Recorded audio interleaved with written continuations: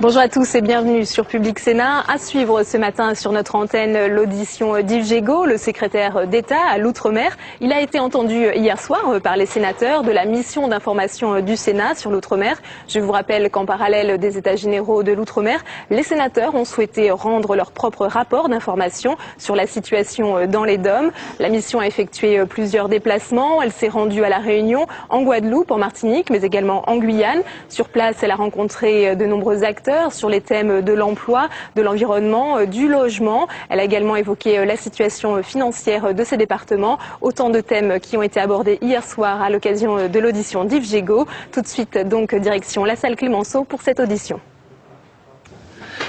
Bon, Monsieur le ministre, chers collègues, mesdames et messieurs, Monsieur le ministre, nous vous remercions d'avoir répondu à notre invitation. Comme vous le savez, nous avons fait un long voyage.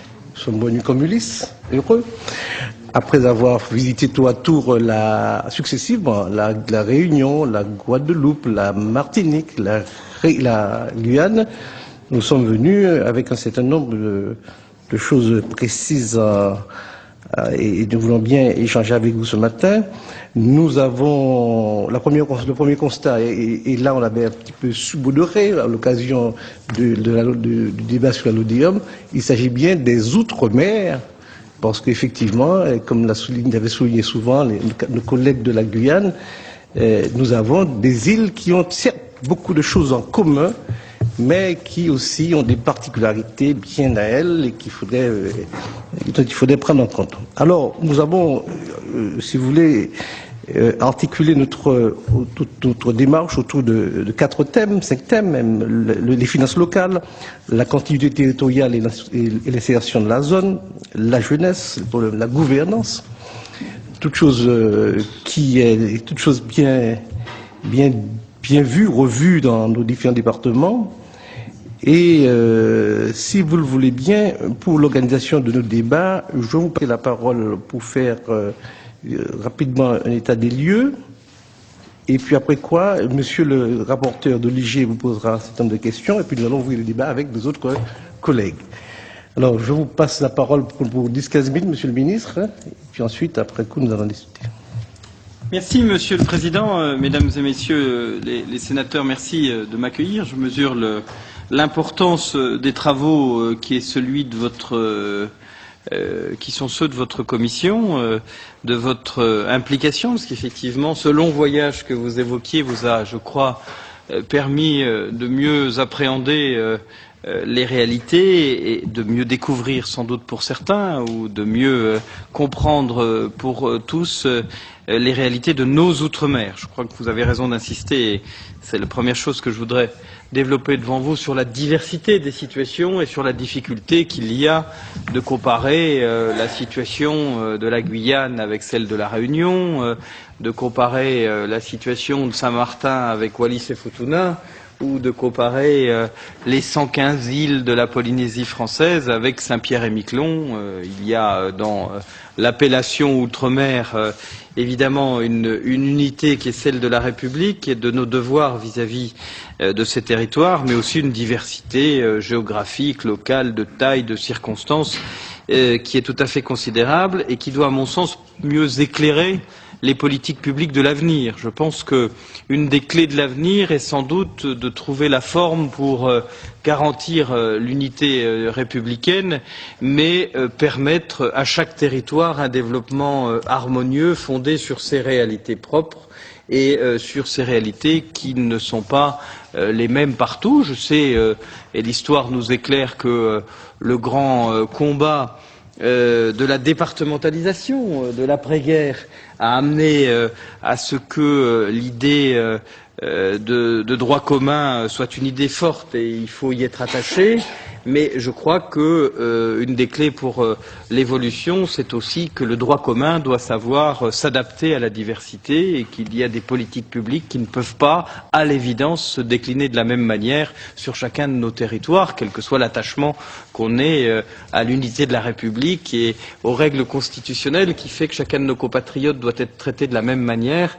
Il y a là, évidemment, une réalité géographique très forte, peut-être même encore plus forte aujourd'hui, dans ce monde plus ouvert, plus mobile, qu'elle n'était au préalable. Alors votre mission, évidemment, rentre dans une logique qu'a souhaité le président de la République et le gouvernement après la crise qui a frappé les Antilles et dans une moindre mesure l'océan Indien, crise dont chacun a pu mesurer qu'elle n'était pas seulement une crise sociale, mais qu'elle était une crise plus profonde, une crise de société, une crise de modèle, et crise qui nous oblige à apporter à la fois des réponses de court terme, c'est ce qui a été fait notamment dans le cadre des accords qu'on peut être signés territoire par territoire, c'est ce qui a été fait aussi dans le cadre du texte que nous avons examiné, la loi de développement économique des Outre-mer, qui jette à la fois les bases d'un nouveau modèle économique et qui prend des décisions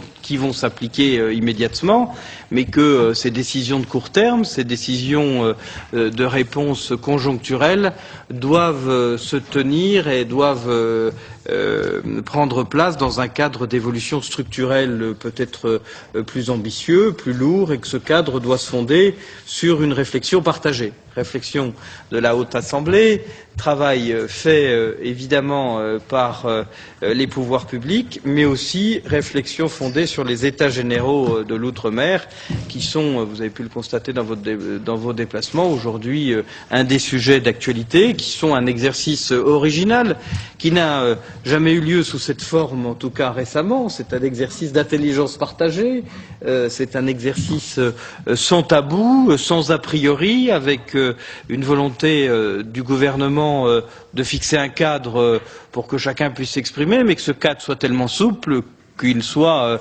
simplement le support à l'émergence de propositions, de projets, de formats nouveaux, pour que le nouveau modèle de société auquel aspirent nos compatriotes et qui est devenu aujourd'hui indispensable puisse se fonder sur cette réflexion collective. Évidemment, vos travaux rentreront dans ce cadre-là. Je vous rappelle très brièvement le calendrier de ces États généraux. Jusqu'à la fin du mois de juillet, ce sont des débats sur le terrain et des débats tous azimuts, avec notamment un support Internet qui permet un débat sans tabou et le plus anonyme possible pour ceux qui le souhaitent. Ce sera ensuite au mois de septembre une synthèse nationale qui prendra en compte évidemment l'ensemble des propositions, qui en fera exercice difficile, dont on sait qu'il sera difficile, la synthèse pour en tirer des politiques publiques nouvelles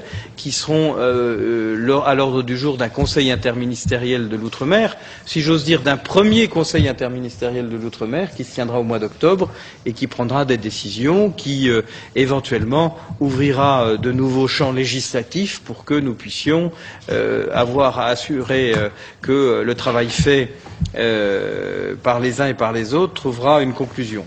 Évidemment, je souhaite relever à ce niveau sur les États généraux que les conclusions ne seront pas uniquement législatives et d'ordre gouvernemental, que c'est la société tout entière qui devra être mise en mouvement et qu'il y aura sans doute des décisions à prendre pour tous les acteurs du développement des Outre-mer, que ce soit les acteurs économiques, que ce soit les partenaires sociaux, que ce soit les acteurs associatifs. Je n'imagine pas qu'il suffise d'une loi ou d'une enveloppe budgétaire, aussi travaillée soit-elle, pour changer le modèle. C'est évidemment une société qui doit s'emparer de ce débat, comme elle a commencé à le faire depuis le démarrage le 22 avril des États généraux, et comment elle va poursuivre, et vos travaux étant une partie évidemment importante de cette réflexion. Vous avez choisi de vous concentrer sur un certain nombre de sujets qui sont extrêmement importantes, sur les questions de finances locales, sur les questions de continuité territoriale et d'insertion régionale, de jeunesse, de gouvernance. Je crois que ça fait partie effectivement des sujets majeurs, même s'ils n'épuisent pas à eux seuls la vaste question des Outre-mer et de leur avenir, mais ce sont les sujets majeurs. Le gouvernement a dans le même temps lancé un certain nombre d'actions pour éclairer aussi ces états généraux et ces débats. J'ai saisi la Haute Autorité de la concurrence qui doit me remettre avant l'été un avis sur l'exercice de la concurrence dans les départements d'outre-mer et plus particulièrement sur les carburants et les mécanismes d'importation et de distribution des produits de grande consommation. C'est un sujet majeur sur lequel on a besoin d'avoir tous les éclairages possibles pour pouvoir évoluer. Nous avons mis en place des mesures et j'ai demandé à l'INSEE d'approfondir un travail sur la comparative des indicateurs. On a une grande difficulté à avoir des indicateurs fiables d'évolution de coût de la vie et comparables avec ceux de la métropole. On entend beaucoup de choses, on a chacun son approche des choses, mais l'INSEE est au travail depuis maintenant plusieurs mois pour créer ces indicateurs que j'appelle de différentiel de coût de la vie qui permettrait de mesurer très exactement entre les Outre-mer et la métropole la réalité des choses en prenant en compte la totalité des problématiques. Qui dit coût de la vie, c'est pas seulement l'alimentation dans les grandes surfaces ou les produits de première nécessité, c'est le post-logement, c'est les questions qui sont liées au chauffage, qui sont liées au mode de vie qui doivent être pris en compte. On a besoin, et l'INSEE travaille sur cet indicateur qui devrait être disponible dès la mi-2010 sur ces sujets-là. Et chacun a engagé, en particulier le secrétariat d'État à l'outre-mer, un certain nombre de réflexions, de rencontres. Moi-même, je présiderai 5 rencontres rue Oudinot avec des personnalités qualifiées et des ministres du gouvernement. La première aura lieu le 3 juin prochain avec Martin Hirsch sur les questions qui sont liées à la jeunesse. Une jeunesse nombreuse, est-ce que c'est une chance ou un défi insurmontable? Voilà bien un sujet sur lequel, évidemment, nous souhaitons aussi, en mobilisant des personnalités concernées, eh bien, apporter notre pierre. Les autres réunions de ces matinales de la rue Oudinot concerneront les relations entre la métropole et ses outre-mer, le regard croisé qui est nécessaire pour changer de regard sur l'outre-mer, le dialogue social. Est-ce que c'est une mission impossible que de refonder le dialogue social? L'aménagement et le développement durable, le défi de l'insularité est un défi considérable dont vous avez pu, je pense, mesurer la réalité physique qui offre des opportunités mais aussi des contraintes tout à fait considérables. Et enfin, la 5e des matinales d'Oudinot sera consacrée à la culture et l'histoire au service de l'avenir. Vous voyez que nous souhaitons, en mobilisant des intellectuels, des personnalités, des universitaires, des élus, en mobilisant les ministres du gouvernement, participer aussi à faire émerger les propositions qui nous permettront de bâtir sur ces grandes thématiques le nouveau modèle qui est attendu. Alors sur les questions plus transversales que vous avez choisies, il y a évidemment un défi majeur qui est celui de la jeunesse. Une des caractéristiques de l'outre-mer est que sa jeunesse y est nombreuse. D'ailleurs, il faut noter, et c'est tout à fait important, que la bonne tenue de notre pays en matière de natalité est due en grande partie à la vitalité de l'outre-mer. Et que le nombre de naissances dans nos départements et collectivités d'outre-mer, qui est supérieur en proportion à la proportion que représente la population, est aussi un des éléments de la tenue du développement démographique de notre pays, qui est un atout vu de la quand on le regarde à l'échelon macroéconomique de notre pays et qui est un inconvénient vu sur un territoire restreint, évidemment, qui nous oblige à décliner des politiques publiques tout à fait particulières. Le gouvernement a déjà, sans vouloir évidemment épuiser le sujet, mobilisé un certain nombre d'outils. Le premier, c'est celui du service militaire adapté, qui est un outil d'insertion qui a fait ses preuves, qui a maintenant presque 50 ans d'existence et qui permet de mobiliser les moyens militaires pour former des jeunes en grande difficulté, non seulement au savoir-faire qui est nécessaire pour leur vie professionnelle, mais aussi au savoir-être. Et la formation militaire apporte ce bénéfice. Le président de la République a annoncé que nous allons passer de 3 000 à 6 000 places offertes pour les jeunes en service militaire adapté. C'est un premier effort, c'est un premier outil. Le deuxième outil au service de la jeunesse, cette fois-ci formée, de la jeunesse plus diplômée, c'est la réforme de notre opérateur qui est l'ANT. Vous l'avez voté dans la loi de développement économique de l'outre-mer. Nous allons transformer en profondeur l'ANT pour en faire une agence de la mobilité, une agence de la formation en mobilité, et pour mettre en place des programmes spécifiques, notamment un programme spécifique adapté aux jeunes diplômés, pour permettre à des jeunes diplômés de pouvoir s'insérer évidemment localement, c'est l'idéal, mais s'insérer aussi nationalement ou internationalement, c'est aussi une des voies très fortes de formation de notre pays, où nous avons un programme sur 1500 cadres, enfin jeunes diplômés, futurs cadres, en soutien avec l'ANT. Enfin, les politiques d'insertion sur les jeunes, elles passent aussi par une mobilisation d'un fonds d'expérimentation innovant. Et donc vous avez voté dans la LODEOM une enveloppe, un fonds qui doit nous permettre aussi, et je reviens à l'idée de diversité que j'évoquais dans le début de mon propos, d'expérimenter des politiques publiques de formation et d'insertion en faveur de la jeunesse, qui ne sont d'ailleurs pas forcément les mêmes d'un territoire à un autre, mais qui doivent nous permettre de voir quels sont les dispositifs les plus adaptés à cette question majeure. Évidemment, je n'oublie pas, mais vous aurez peut-être l'occasion de l'auditionner, la question de l'éducation nationale, l'effort que le ministère de l'Éducation nationale doit faire sur non seulement l'effort éducatif traditionnel, mais aussi l'adaptation de ces outils à des spécificités. Je pense en particulier à la Guyane.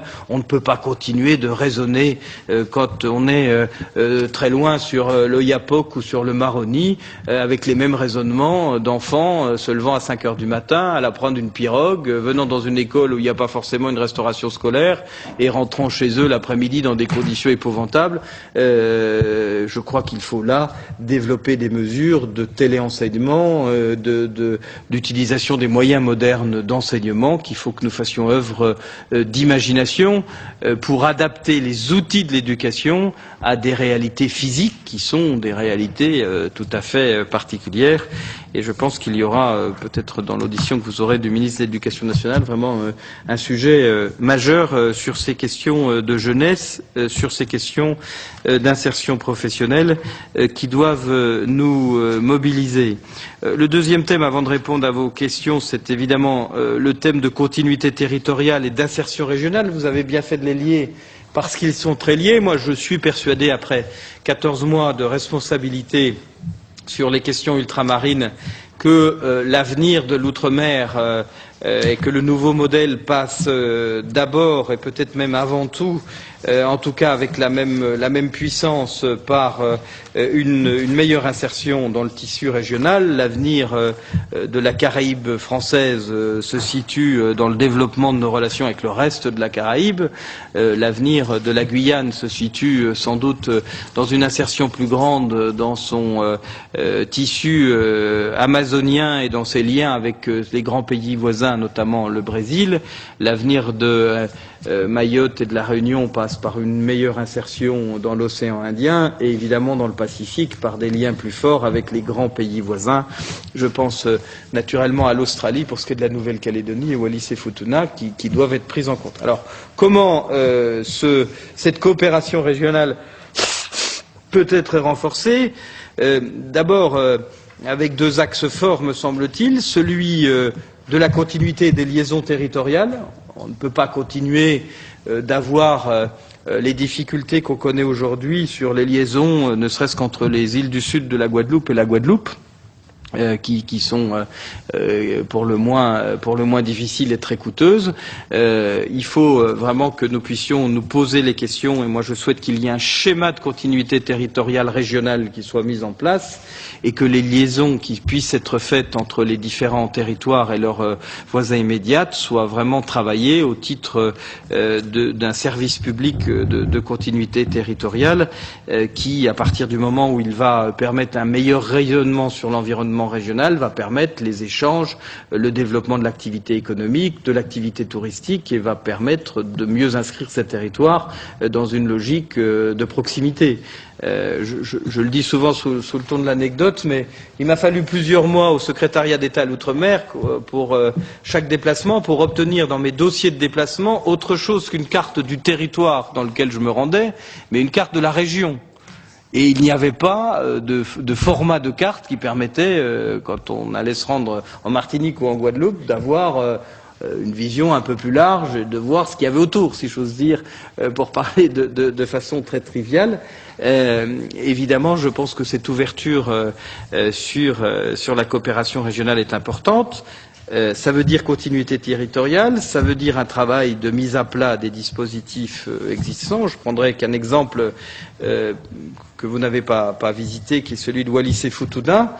Wallis et Futuna sont deux îles un peu éloignées l'une de l'autre, qui bénéficient d'une liaison avec un avion entre les deux îles et qui sont reliées à peu près traditionnellement et naturellement avec la Nouvelle-Calédonie, ce qui semble logique parce que c'est le territoire national le plus proche, sauf que Wallis et Futuna pourraient être reliés à Fidji, qui est le grand hub aéroportuaire du secteur, et qu'il n'y a pas pour l'instant de liaison régulière qui pourrait amener les Wallisiens, les Futuniens vers Fidji, et que pour repartir en Europe, bien souvent, il faut qu'ils aillent à Nouméa dans des conditions financières et de déplacement qui sont évidemment incohérentes. Bon, voilà un petit exemple qui m'est apparu lors d'un déplacement à Wallis et Futuna, qui montre qu'on a absolument besoin de schémas de cohérence et de continuité territoriale, et de développer les notions de service public de continuité territoriale à l'échelon régional, bien sûr,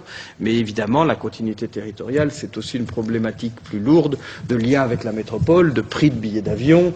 Le gouvernement travaille d'ailleurs actuellement sur une extension des obligations de service public à destination des compagnies aériennes, pour que nous puissions mettre en œuvre la politique tarifaire qui a été votée dans la LODEOM et avoir des conditions de desserte qui soient les plus avantageuses possibles.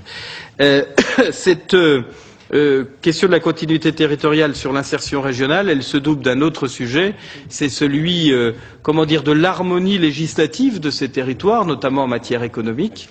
Et là, il y a un sujet tout à fait important. Je rencontrais encore hier des chefs d'entreprise de Guadeloupe qui développent une activité qui pourrait s'ouvrir sur les 32 millions de consommateurs de la Caraïbe, puisque la Caraïbe de Cuba, en tout cas du sud des États-Unis jusqu'au Venezuela, c'est un chapelet de 32 millions d'habitants, et qui se heurte évidemment à des législations différentes et à une insécurité juridique qui ne permet pas ces échanges. Je crois qu'il y a là sans doute une réflexion sur l'harmonisation, sur les conditions dans lesquelles on pourrait sécuriser les échanges économiques qui auraient des vertus dans les deux sens. Alors des vertus d'approvisionnement à moindre coût peut-être de nos territoires en matière d'importation, mais aussi des vertus d'exportation de savoir-faire dans des conditions renforcées.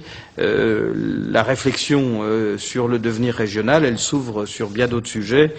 Celui des universités, par exemple. Je pense que nos universités gagneraient à devenir des universités à vocation régionale, qu'on gagnerait à transformer l'université de la Réunion en une université francophone de l'océan Indien, ou à transformer l'université Antilles-Guyane en une université francophone de la Caraïbe, et pourquoi pas avoir parallèlement une université franco-brésilienne de Guyane.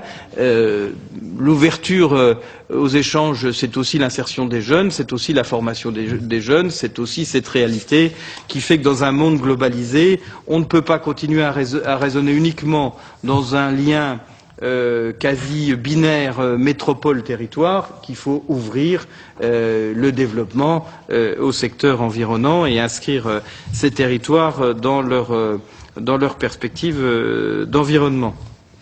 Quelques mots, mais je pense que les questions seront importantes sur les questions de finances locales. Vous avez pu voir que manifestement c'était une question majeure, qu'il y avait une problématique des collectivités locales qui était tout à fait particulière, que, pour dire les choses très clairement, les collectivités locales ont des difficultés financières considérables et que nous devons, à mon sens, engager une réforme des finances locales d'outre-mer pour adapter les moyens de l'État aux besoins des collectivités locales, peut-être aussi, et ça m'ouvre sur le sujet de la gouvernance, pour rationaliser l'organisation des collectivités locales.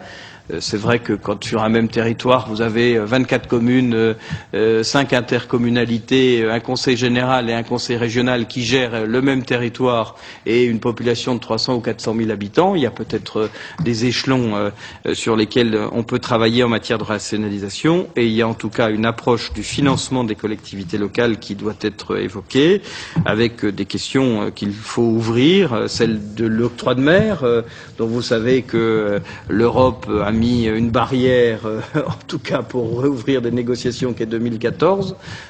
Comment faut-il faire, soit survivre à l'octroi de mer, soit avoir une autre source de financement pour les collectivités locales? Comment avoir des dotations qui prennent en compte des difficultés géographiques particulières? La commune de Maripasoula a la surface géographique de l'Île-de-France. Comment peut-on ne pas essayer, évidemment, d'avoir des dotations, des conditions qui soient particulières? Je crois qu'il y a un sujet majeur. Je vous dis d'ailleurs que le gouvernement attend avec beaucoup d'intérêt vos propositions, les propositions du Sénat sur ce sujet-là, pour trouver la meilleure formule. Évidemment, il y a un débat qui n'a pas pu vous échapper, qui est celui de la gouvernance, qui est peut-être celui qui, dans l'opinion publique, est le plus prégnant, en tout cas sur le site internet qui était ouvert pour les États généraux de l'outre-mer. On s'aperçoit que ce thème-là est le thème le plus fréquenté, sur lequel les internautes, il y a eu pas loin de 50 000 visiteurs sur le site, c'est sur ce sujet-là qui s'exprime le plus. C'est peut-être sur celui-ci qu'au nom du gouvernement je m'exprimerai le moins, non pas parce que je n'ai pas un avis personnel, mais parce que je souhaite aussi respecter l'idée qu'il faut que ces États généraux se déroulent sans tabou, sans présupposés du gouvernement, et que la Constitution offrant sur les questions de gouvernance plusieurs modèles, moi je souhaite vraiment que ce soit des débats locaux qui puissent fixer sur ces questions de gouvernance le meilleur modèle vu du point de vue des élus locaux. Du point de vue de l'État, nous aurons un chantier majeur à ouvrir, qui est celui de la réorganisation des services de l'État dans les territoires. Je pense que l'État doit être, vis-à-vis de l'outre-mer, à la fois stratège et fixer des orientations, aider à fixer le cap, mais il doit être aussi régulateur, et que pour être régulateur, il faut que les services de l'État se réorganisent en profondeur. On ne peut pas plaquer le modèle métropolitain d'organisation des préfectures de région, des sous-préfectures, des préfectures de département sur le modèle insulaire. Il faut donc que nous fassions ce travail avec un objectif, c'est de rendre les services de l'État plus efficaces là où ils sont attendus, c'est-à-dire pour le contrôle, pour la régulation, pour la vérification de la bonne application des politiques publiques, et puis pour le maintien de l'équité républicaine, qui évidemment est un sujet qui doit être au cœur des préoccupations de l'État. Il y a sans doute des réorganisations à faire. Je suis assez sensible, par exemple, pour ne donner qu'un exemple, mais à l'idée du préfet de Guadeloupe d'organiser une direction de la mer qui regrouperait les différents services de l'État en charge des questions maritimes, parce qu'évidemment, qui dit insularité dit aussi problématiques liées à la mer. Quand on voit le travail qui est fait à Mayotte, par exemple, sur la coordination des différents services de l'État au service de la lutte contre l'immigration irrégulière, qui est un fléau important à Mayotte, les services de l'État ont su s'organiser, créer une plateforme commune, mutualiser leurs moyens, faire en sorte que quand c'est pas le bateau des douanes qui sortent, c'est celui de la gendarmerie, quand c'est pas celui de la gendarmerie, c'est celui de la police de l'air et aux frontières, et que la bonne mutualisation des services de l'État se mette au service d'une politique spécifique. Bien, je crois que sur la lutte contre les prix, enfin la vie chère et pour la baisse des prix, je crois que dans un certain nombre de domaines, les services de l'État doivent se réorganiser pour assurer évidemment la régulation nécessaire et le contrôle nécessaire des politiques publiques. La gouvernance, c'est pas seulement la façon dont on gère les collectivités locales, c'est aussi la façon dont l'État gère ses propres services. Il faudra aussi sans doute, je l'ai déjà dit, mais avoir une réflexion au sein de l'administration centrale pour voir comment le secrétariat d'État à l'outre-mer peut rester une administration de mission qu'elle est en train de devenir avec les réformes que nous mettons en place, une administration de stratégie, de définition d'orientation, d'évaluation des politiques publiques, mais comment chacun des ministères doit pouvoir se réapproprier les politiques publiques en faveur de l'outre-mer, parce que ce n'est pas au secrétaire d'État à gérer la politique éducative, c'est au ministre de l'Éducation nationale en liaison avec le secrétariat d'État qui peut aider sur ce sujet. Les questions de gouvernance, si j'ose dire, sont à tous les étages et évidemment le gouvernement travaille et réfléchit et proposera, en fonction de ce qui émènera des États généraux, des pistes sur ces questions majeures. Voilà un sujet qui est loin d'être épuisé. J'espère ne pas avoir épuisé les auditeurs. J'ai été trop long, vous m'aviez donné 10 minutes, j'ai fait plus. Mais j'espère que par ce long préambule, j'aurai par avance répondu à quelques questions que vous pouviez vous poser. Certainement. Mais ça conduit à jouer les prolongations, certainement. Mais il y a un thème que vous n'avez pas abordé, Monsieur le Ministre, sur lequel vous allez revenir certainement plus tard, c'est le thème de l'évaluation des politiques publiques. On le verra tout à l'heure. Je passerai la parole tout de suite à Monsieur le rapporteur. Mais après quoi, nous allons passer la parole à chaque groupe politique pour une déclaration. Et puis, ensuite, nous allons ouvrir le débat par thème ou bien, enfin, c'est ouvert. Monsieur le rapporteur. Oui, Monsieur le Président, Monsieur le Ministre, c'est vrai que vous avez répondu probablement auparavant à toutes les questions, mais je vais quand même me permettre de faire part de quelques réflexions et puis peut-être vous poser quelques questions. Vous avez dit tout d'abord que vous étiez au ministère depuis 14 mois, que donc ça y est, vous étiez, moi ça fait que 2 mois que j'ai cette responsabilité très éphémère de rapporteur, donc excusez éventuellement la non mise en ordre de ma réflexion, mais ça viendra progressivement lorsque le rapport va s'établir et on vous fera un certain nombre de propositions qui seront organisées. Donc je serai peut-être un peu schématique. Je dois vous dire aussi qu'au retour de la mission, j'ai pas tout à fait la même vision que celle que j'avais au départ, ou l'intérêt, en tout cas pour moi, de la mission, mais je crois que c'est vrai pour l'ensemble des membres, même ceux de l'outre-mer, qui ont pu découvrir d'autres territoires que ceux sur lesquels ils sont habituellement. Et je dois dire aussi que si j'avais été rapporteur de la LODEOM après la mission plutôt qu'avant, j'aurais peut-être changé quelque peu mes positions sur certains sujets. Enfin, c'est une réflexion personnelle et qu'on aurait pu aller un peu plus loin dans le débat. Bien. Ceci étant dit, je voudrais dire quand même un certain nombre de réflexions pour en arriver à mes questions. Effectivement, on a pu découvrir les spécificités des Outre-mer. Je pense que ça a été assez criant pour nous tous durant cette mission. Et on a eu un manque, enfin une vision et confirmation d'un manque d'évaluation par l'ensemble des services de l'État, avec un travail transversal qui n'est pas fait, c'est-à-dire que chaque service de l'État a une connaissance claire des secteurs qui les concernent, la fiscalité, l'INSEE, les services divers et variés que l'on a pu rencontrer, le rectorat, l'inspection d'académie, etc. Mais on a vraiment le sentiment que la vision transversale n'existe pas, ni au niveau local, ni au niveau national. D'ailleurs, vous l'avez un peu dit dans vos propos au niveau national, qu'il faudrait revoir la gouvernance, et je dois dire que cela choque quelque peu de voir que ce problème de l'évaluation n'est pas faite localement, et que bien évidemment, à partir du moment où l'évaluation n'est pas faite et qu'elle n'est pas bien remontée ou bien comprise au niveau central, eh bien on ne peut pas prendre les bonnes dispositions au niveau politique, et que cela peut conduire toujours et encore à de la défiscalisation, à des financements, à des aides qui ne sont pas d'ailleurs les questions que l'on nous a posées le plus souvent au niveau local. On nous a posé bien d'autres questions. Donc ce problème-là est un vrai problème. Vous nous avez parlé également du problème du financement des collectivités locales. Bon, c'est un sujet qui est apparu assez vite comme étant un vrai problème, et là encore, on a eu le sentiment qu'il fallait plutôt tirer les vers du nez, excusez-moi de l'expression, d'un certain nombre de nos interlocuteurs pour aller voir jusqu'où était la réalité des difficultés des collectivités locales, principalement des communes, bien sûr des intercommunalités, mais des communes.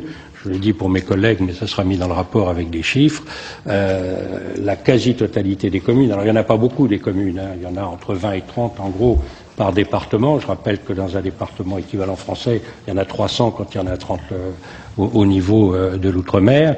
La plupart ont des difficultés considérables, ont 80% de frais de personnel et n'ont pas de capacité, bien sûr, d'investissement et d'autofinancement, et par ailleurs ne paient pas leurs charges sociales bien souvent, mais non seulement les charges sociales légales, si j'ose dire, mais aussi les charges sociales salariales et patronales. Donc, elles les retiennent et elles les conservent. Donc ça pose quand même des problèmes assez considérables, et on a bien vu qu'il y avait de temps en temps un regard pudique local sur ces questions-là. Donc on ne peut pas continuer, et j'ai été heureux de vous entendre dire, Monsieur le Ministre, qu'il fallait, en l'occurrence, véritablement prendre cette chose à bras-le-corps et remettre les choses au clair. On ne peut pas continuer à partir sur des mauvaises bases. Également, bien évidemment, sur le problème de la formation des prix, quand même regrettable, parce que c'est pas nouveau, que finalement on est autant de difficultés à voir les choses clairement, et plus on rencontrait d'interlocuteurs, transporteurs, ports autonomes, grands magasins, petits commerçants, plus la clarté se pacifiait. C'est-à-dire qu'on n'arrivait pas à y voir clair, et je pense qu'on va avoir, alors on ne citera pas nos sources, mais il y a des études qui ont été faites sur le sujet, et je pense qu'on aura vraiment une démonstration assez précise dans les jours qui viennent sur la composition d'un certain nombre de prix qui devraient nous éclairer. Également un sujet que vous avez peut-être abordé, mais de façon très, très légère, dans le cadre de l'insertion régionale, c'est véritablement la manière dont sont appliqués les règlements français et européens dans des territoires qui ne sont pas du tout adaptés à ce type de règlement. Dans, je ne vais pas dire pas tous, mais dans un certain nombre, ça nous a quand même totalement surpris, avec des exemples extrêmement précis, de voir que l'on appliquait au fin fond de la forêt amazonienne exactement les mêmes règles que dans une commune de la région parisienne. Alors que c'est totalement impossible. Je donne un exemple qu'on a tous vu, qui nous a frappé aux yeux. Au milieu de la forêt guyanaise, on dit si quelqu'un se blesse, il faut appeler le 18, il faut appeler les pompiers. Bon, donc ça fait rire tout le monde, mais c'est dramatique quand on voit qu'on est obligé de voir ce type de règlement appliqué. Alors bien évidemment, c'est impossible, mais comme c'est appliqué par des fonctionnaires français, localement, bien évidemment, ils donnent des leçons aux locaux en leur disant comment vous n'appelez pas les pompiers, etc. Bon, enfin bref. Donc c'est pour vous dire qu'il y a un déphasage total entre la réalité hexagonale et la réalité locale, et qu'il faut absolument que l'on fasse un travail important sur les normes et les règles. Et l'on peut en venir à l'octroi de mer. C'est vrai que c'est un sujet qui a été beaucoup abordé, qui inquiète, qui panique localement, parce qu'effectivement, avec notre vision métropolitaine, bien évidemment, l'octroi de mer, bon, est un sujet qui n'est pas notre préoccupation quotidienne au niveau métropolitain, mais au niveau de l'outre-mer, c'est bien évidemment une inquiétude majeure. Et il faut clarifier rapidement et avoir une action, à mon avis, très forte auprès de Bruxelles, en ayant une position claire au niveau national. Il faut savoir ce que l'on veut et ce que l'on présente au niveau de Bruxelles, où on veut plus de l'octroi de mer et on le dit, où on en veut et on se bat pour défendre l'octroi de mer. Sinon, on va arriver dans une impasse dans quelques mois. D'ailleurs, notre visite à Bruxelles a été assez éloquente en la matière. Donc, le développement endogène, ça nous paraît quelque chose d'essentiel. Je ne vois pas comment ces territoires, en dehors de toutes les politiques que l'on met en place, pourront véritablement avoir un avenir un véritable avenir s'il n'y a pas de développement endogène. Or, ce que l'on a, enfin, bien sûr, les habitants d'outre-mer le savent et bien sûr les élus, mais ce que l'on a pu voir, c'est qu'il y avait des capacités dans certains domaines qui étaient considérables en matière de développement endogène et que l'organisation des filières, par exemple, n'était pas au point. Donc c'est un vrai sujet. Comment organiser les filières? Mais je pense qu'on a un rôle à jouer en la matière, d'autant plus que à chaque fois qu'on parle de ces sujets-là, ce ne sont pas des sujets insurmontables. Hein. On raisonne à l'échelle de 300 000 habitants à chaque fois. Donc c'est pas à l'échelle de 30 millions d'habitants. Donc c'est un sujet qui, à mon avis, doit pouvoir être traité avec une certaine intelligence. Autre sujet, c'est le plan minier. Alors là, les bras nous en sont tombés. J'ai pas eu l'honneur et le plaisir, parce que j'ai raté qu'une seule audition ici même, c'est celle du préfet qui est chargé du plan minier. Donc, j'ai pas retenu son nom puisque j'étais pas là. Voilà, c'est ça. Bon, alors ici, je pense, d'après ce qu'on m'a dit, que tout le monde avait dit ah bon, ben c'est vrai, il a sûrement raison, etc. Quand on va là-bas, il a totalement tort. Hein. Donc, on a là aussi, si vous voulez, il y a toujours, je dirais, l'envers du décor où on a vraiment le sentiment, et ce qui a été dit très clairement localement en Guyane, c'est qu'on met la Guyane sous cloche. Donc, ça nous a été dit partout. Bon, partout, on nous a dit la Guyane a une richesse de sous-sol qui est considérable. Bon, ça, on le sait. De l'or, du diamant, de l'uranium, etc. Sans parler potentiellement du pétrole en mer. Et que finalement, ils n'ont pas le droit, ou très peu le droit de l'exploiter, parce que on a notre vision européenne hexagonale de dire il faut nous protéger cette belle forêt pour qu'on puisse respirer en Île-de-France. Bon, c'est logique, hein, je pense que on sait bien d'où vient le vent, mais ceci étant dit, il faut quand même avoir une vraie réflexion sur le sujet, où on n'autorise pas la Guyane à utiliser son sous-sol, et à ce moment-là, eh ben, il faut assumer l'addition. Hein. Ou alors on autorise d'utiliser le sous-sol, le sol et l'espace, parce que je rappelle quand même, si on prend simplement la Guyane, qu'elle a sa richesse du sous-sol, du sol, une forêt qui est 15 fois la surface de la France et qui a l'espace, et qu'en réalité on n'a pas véritablement une optimisation de tous ces éléments. Donc une certitude, en tout cas, c'est que ces territoires ont un gros potentiel, quelle que soit la localisation, j'allais dire la Réunion à la Guyane en passant par les Antilles, donc il y a un gros potentiel. Donc, Monsieur le ministre, quelques questions, mais au travers de mes réflexions, je suis sûr que vous avez senti quelques questions ou quelques interrogations, que peut-être j'atténuerai dans le rapport ou que je traduirai différemment, mais c'est vraiment le ressenti. Donc, est-ce que vous avez, est-ce que vous pensez qu'on a mis en place les véritables outils d'évaluation, bon, et que nos politiques sont le résultat d'évaluation, ou que ce sont plutôt la nécessité de faire du conjoncturel plutôt que de faire de la prospective?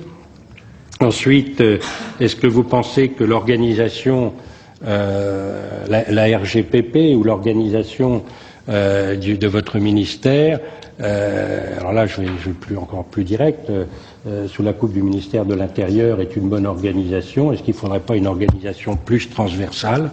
Bon, c'est une question qu'on peut se poser, parce que comme on voit que localement on n'arrive pas à faire du transversal, est-ce que ça vient pas du fait que chacun remonte à son ministère au niveau national? Donc est-ce que c'est une réflexion que l'on peut aborder? Autre sujet, un vrai sujet, c'est l'immigration, vous l'avez dit. Est-ce que l'on doit avoir une réflexion, poser la question de l'immigration, et est-ce que l'immigration doit être traitée dans un certain nombre de territoires de la même manière qu'elle est traitée sur le territoire de l'Hexagone? Est-ce qu'on doit avoir une réflexion particulière? Enfin, quand on est sur place, on se dit que c'est pas possible d'avoir exactement les mêmes règles dans la région parisienne, ou pour prendre un autre département, allez, je vais dire le Loiret parce que j'ai plus le nom des autres en tête, mais quand on regarde ces départements, on se dit que vraiment, si on applique les mêmes règles d'immigration, c'est qu'on n'a pas compris la manière dont les choses se passent. En matière de scolarité, vous l'avez dit également, hein, transport scolaire, mais également en matière de scolarité, on vous mettra le nombre d'écoles, le nombre de lycées, le nombre de collèges qu'il faut fabriquer chaque année en Guyane où il n'y a pas un sou. enfin, il n'y a pas un sou, j'exagère, il est dans le sous-sol, hein, mais où il n'y a pas beaucoup d'argent, on est obligé de construire sans arrêt des établissements scolaires, et bon, il n'y a pas de limite. Hein, donc, est-ce qu'il n'y a pas une organisation à réfléchir? Donc voilà, Monsieur le Ministre, un certain nombre de réactions. Donc l'intégration régionale, j'en ai parlé, bien évidemment. Puis la gouvernance locale, je l'ai dit, peu de communes, départements et régions qui ont exactement le même territoire. Bon, ça pose quand même quelques problèmes à écouter ce qui peut être dit localement par les élus. Donc là, une réflexion qui, à mon avis, mériterait également d'être poussée plus rapidement. Excusez-moi d'avoir été un peu direct, Monsieur le Ministre, mais il fallait pas m'envoyer là-bas si vous voulez pas que je réagisse quelque peu sur un certain nombre de sujets que j'ai eu le plaisir de partager avec mes collègues dans une mission, je tiens à le dire parce que je ne sais pas s'il y a des journalistes ici, nous étions 6, plus à chaque fois les parlementaires locaux, enfin locaux, les 3 qui venaient nous rejoindre ou les 2 selon les départements, donc on était 6 plus 2 ou 3, et qu'on a bossé terriblement, je tiens à le dire aussi. On a dû avoir à peu près 10 réunions par jour pendant 12 jours, donc je crois que beaucoup peuvent en témoigner. Je tenais à dire ça parce qu'il paraîtrait qu'on était 42 sur place, qui bien évidemment n'est pas la réalité. Et bien évidemment, j'invite tous ceux qui pensent pouvoir nous suivre à venir avec nous quand on va en déplacement, et à mon avis, ils n'iront pas jusqu'au bout. Voilà, excuse-moi, Monsieur le Président, Monsieur le Ministre, excusez-moi, mais il y a sûrement des choses bonnes à prendre dans ce que j'ai dit. Il y a beaucoup de bonnes choses. Monsieur le Ministre, vous voulez répondre tout de suite ou bien je passe donc je passe d'abord aux collègues. Alors, Monsieur le Ministre, allez-y. Oui, brièvement, parce qu'il y a beaucoup de sujets qui ont été évalués. Sur les politiques d'évaluation, évidemment, il y a un effort considérable. Moi, j'ai engagé il y a quelques mois la réforme du ministère du secrétariat d'État à l'Outre-mer. Nous avons fusionné en une seule délégation les 2 directions antérieures, et la nouveauté de cette mise en place de nouvelles organisations est la création d'une structure dédiée à l'évaluation des politiques publiques. Alors, elle se met en place depuis maintenant quelques mois. Elle a pour vocation, évidemment, à l'échelon central, de pouvoir avoir les outils d'évaluation qui manquent. Il faut décliner ensuite ces outils d'évaluation à l'échelon de chaque territoire. Et pour répondre à votre question, je pense qu'il y a des gros progrès à faire en matière d'évaluation des politiques publiques, ce qui veut dire aussi, pour être là aussi très franc et sans langue de bois, qu'il faudra savoir dire quand des politiques publiques ne fonctionnent pas, proposer de les réformer, de les changer, de mettre fin à un certain nombre de dispositifs, et avoir aussi cette idée-là. Mais nous manquons d'outils d'évaluation, et c'est une des stratégies que nous mettons en place. Alors, il y a évidemment des évaluations ponctuelles. Quand on envoie une mission sur le carburant, comme nous l'avons fait au mois de décembre, on s'aperçoit que, après plusieurs mois, le travail des inspecteurs nous amène une clarté qu'on n'avait pas forcément au préalable. Mais nous devrions avoir les outils d'évaluation pérennes, quotidiens, si j'ose dire, à l'échelon central, mais aussi à l'échelon local. Et je pense que dans les réflexions sur la nouvelle organisation des services de l'État, il faut qu'il y ait aux côtés des préfets une instance d'évaluation des politiques publiques qui, à l'échelon des territoires, permette de mesurer les effets accomplis et de proposer des adaptations des politiques publiques. Parce que je reviens sur votre deuxième remarque, il est évidemment indispensable d'adapter les politiques publiques. C'est déjà le cas. Vous avez parlé de la politique d'immigration. Il y a déjà un certain nombre de règles particulières qui s'appliquent sur l'outre-mer, mais sans doute pas suffisantes.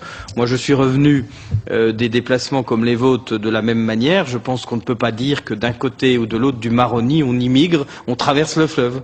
Et que la notion de traversée du fleuve, c'est pas une notion qu'on peut prendre en considération de la même manière qu'on traite un problème d'immigration en Seine-et-Marne ou dans le Loiret. Là-dessus, il y a une action internationale à mener. Là-dessus, il y a peut-être une forme de statut. Ça a été le cas d'ailleurs du côté avec le Suriname, de statut qui devrait pouvoir permettre à ceux qui vivent de part et d'autre d'un fleuve de traverser et de fonctionner dans de bonnes conditions. C'est indispensable d'adapter les politiques publiques. C'est indispensable de le faire à l'échelon des politiques de l'État. C'est indispensable, et ça me permet de dire un mot aussi du schéma minier, de proposer, comme je l'ai fait sur le schéma minier, que par une habilitation, nous habilitions la collectivité locale à décider du schéma minier.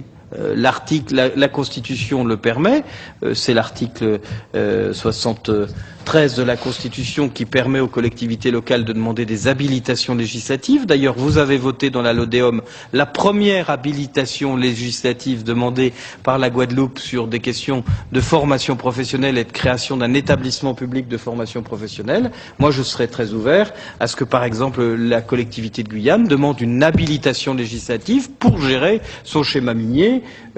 J'aurais une vision peut-être un peu moins brutale sur le travail du préfet Mansillon, qui est un travail compliqué, mais je pense que effectivement, c'est plus peut-être à la collectivité de Guyane de déterminer son schéma minier, avec un avis de l'État, évidemment, avec un respect des grandes règles qui sont celles auxquelles nous sommes tous attachés, du développement durable, de la protection de la biodiversité. Mais il y a là, dans notre Constitution, des perspectives dont je note qu'elles sont déjà ouvertes, mais pas utilisées. Et que les habilitations législatives qui sont permises depuis la loi de 2002-3, la révision constitutionnelle de 2003, il a fallu attendre 6 ans avant que une première collectivité, en l'occurrence la région Guadeloupe, sollicite une habilitation législative. Et qu'il y a un champ là qui est un champ inexploité, qui devrait permettre, sur des questions comme celle du schéma minier, d'apporter des réponses. Sur la question scolaire, j'en ai dit un mot, évidemment. Je vous rejoins et le problème que vous avez trouvé en Guyane est le même à Mayotte, par exemple. Je pense qu'il faut qu'on fasse œuvre d'imagination sur ce sujet. En Guyane, j'ai proposé la création d'une agence de la vie scolaire pour mutualiser aussi ces questions d'organisation, ne serait-ce que des transports scolaires, sur ces questions. Il faut qu'on trouve des outils de gestion commune, de gestion partagée de ces problématiques qui ne peuvent pas laisser un maire face à un problème tellement lourd qu'il est obligé de construire X groupes scolaires ou classes par an parce qu'il n'y arrive pas. On a la même problématique à Mayotte. L'État, vous avez sans doute pu le constater, fait un effort conséquent, met des moyens, construit des établissements, mais évidemment, il y a une espèce de course qui se résoudra sans doute aussi par une coopération régionale renforcée. Je plaide pour la Guyane, par exemple, pour un contrat de développement franco-surinamien pour toute la région ouest de la Guyane, et que les questions sanitaires, les questions de transport, les questions de gestion de déchets, les questions de scolarité puissent être gérées en collaboration avec le Suriname, et que la scolarisation des enfants se fasse pas simplement avec une pression migratoire qui, encore une fois, n'a pas vraiment de sens, mais une politique de coopération régionale intelligente à l'échelon du bassin de vie, qui d'ailleurs est très cohérent et très fermé, puisqu'il est limité par la forêt, et qui donc doit permettre d'avoir cet atout-là sur ces questions. Sur l'octroi de mer, moi je suis évidemment très en phase avec l'idée de dire qu'il faut qu'on ait une position claire. Moi je souhaite qu'il y ait une position claire qui puisse s'exprimer à l'occasion de ces États généraux, et qu'on puisse, vis-à-vis de Bruxelles, à côté de Bruxelles, en face de Bruxelles, contre Bruxelles éventuellement, se battre sur cette question. La question de l'octroi de mer est une question plus large. Quelles ressources pour les collectivités locales d'outre-mer ? Voilà. Et comment trouver la ressource la plus pérenne, la plus garantie et la plus juste? C'est un vrai débat sur lequel, évidemment, les éclaircissements que vous pourrez nous apporter nous seront extrêmement utiles. Sur le développement, je vous rejoins, et je terminerai là-dessus, sur la question du potentiel. Je crois qu'il y a un potentiel absolument considérable pour faire du développement endogène, que ce potentiel, il mérite d'abord qu'il y ait une volonté et qu'il y ait une stratégie de développement local qui soit mise en place. Je pense que la LODEOM nous donne déjà les pistes en détectant 5 secteurs porteurs pour le développement local. Je les rappelle: les nouvelles technologies, l'agroproduction, le tourisme, la recherche et l'énergie et l'environnement. Voilà déjà 5 secteurs clés qui peuvent permettre de faire du développement local. Il faudra résoudre ensuite la question du conflit de l'espace, parce que qui veut dire dire développement local veut dire mobilisation de l'espace, et entre l'urbanisation, la nécessité de construire du logement, le maintien de la biodiversité, le développement de nouvelles filières agricoles ou de nouvelles zones d'activité pour accueillir de l'activité, il va y avoir là des conflits de gestion territoriale qu'il faudra traiter. Je pense qu'il faut que nous ayons absolument pour chacun de nos départements un outil foncier qui soit un outil foncier partagé dans lequel on retrouve les collectivités locales et l'État, et que cet outil foncier est un acteur majeur non seulement de la préservation mais aussi de la mobilisation du foncier en fonction des objectifs qui ont été déterminés. Et enfin, sur le développement local, j'ai suggéré, et nous y travaillons avec la DATAR, la mise en place dans chacun des départements d'outre-mer d'un commissaire au développement local et à la production locale. Ce commissaire, à l'image des commissaires à la réindustrialisation qui sont mis en place dans les bassins frappés par les difficultés économiques, ces commissaires au développement et à la production locale auraient pour mission, à côté du préfet, pendant une période limitée, que je propose de limiter à 3 années, de mettre en place les filières professionnelles sur les sujets de développement endogène, de mettre en place les stratégies de développement sur ces filières, de rechercher les investisseurs nécessaires et de garantir que les professions soient le mieux organisées possible. Je pense par exemple à la filière bois en Guyane, qui est une filière tout à fait importante, qu'il faut organiser, structurer sur ces questions. L'idée de ces commissaires au développement et à la production locale viendrait appuyer cette volonté de faire du développement économique endogène. Enfin, monsieur le rapporteur, je suis heureux que vous soyez revenu avec un autre regard, que vous ayez changé de regard sur l'outre-mer. Je crois qu'il y a dans ce regard croisé entre la métropole et l'outre-mer une grande partie de nos difficultés, qu'il y a beaucoup de malentendus et de mal vus, si j'ose dire, au sens étymologique du terme, et que nous avons aussi un travail à faire d'explication, mais dans un sens comme dans l'autre, d'explication à l'échelon de la métropole des réalités qui effectivement font que quand vous voulez appeler le 18 pour appeler les pompiers au fin fond de la forêt guyanaise, vous êtes sur une incohérence. Mais je le dirais aussi d'explication vis-à-vis de nos compatriotes d'outre-mer que l'idée qui a été un combat politique très important, qui a été une mobilisation très forte du droit commun, de l'égalité de traitement, est une idée sur laquelle il faut se battre sur les moyens, mais pas forcément sur leur application. Et que l'égalité absolue, telle qu'elle a été prônée pendant des années, peut arriver à créer des aberrations. Et que l'adaptation des politiques publiques n'est pas jouer l'inégalité, mais jouer au contraire la réalité. Moi, je me suis heurté très souvent depuis ces 14 mois à des réflexions en disant ah oui, mais on ne sera plus à égalité avec le reste du territoire. Je crois qu'on peut gérer une égalité qui permette, par des adaptations intelligentes, vous l'avez cité sur le schéma minier, on peut le citer sur la politique d'immigration, on peut le citer sur les modalités d'enseignement, qui ne sont pas une rupture d'égalité, mais au contraire une adaptation de bon sens des politiques publiques à des spécificités locales qu'on ne retrouve nulle part ailleurs. Il y a dans ce débat, si j'ose dire, une conviction à partager dans un sens comme dans l'autre, pour faire en sorte que, évidemment, on puisse avancer. Voilà les quelques réponses que je voulais vous apporter. Je dois vous dire que sur vos réflexions, sur leur forme, sur leur réalisme et leur brutalité bienveillante, je vous rejoins à 99% et ça rejoint l'idée et l'analyse que je me suis fait moi-même depuis maintenant un peu plus d'1 an des réalités, des difficultés, des défis qui nous attendent vis-à-vis de l'outre-mer. Eh bien, nous avançons. Juste 2 précisions, Monsieur le Ministre.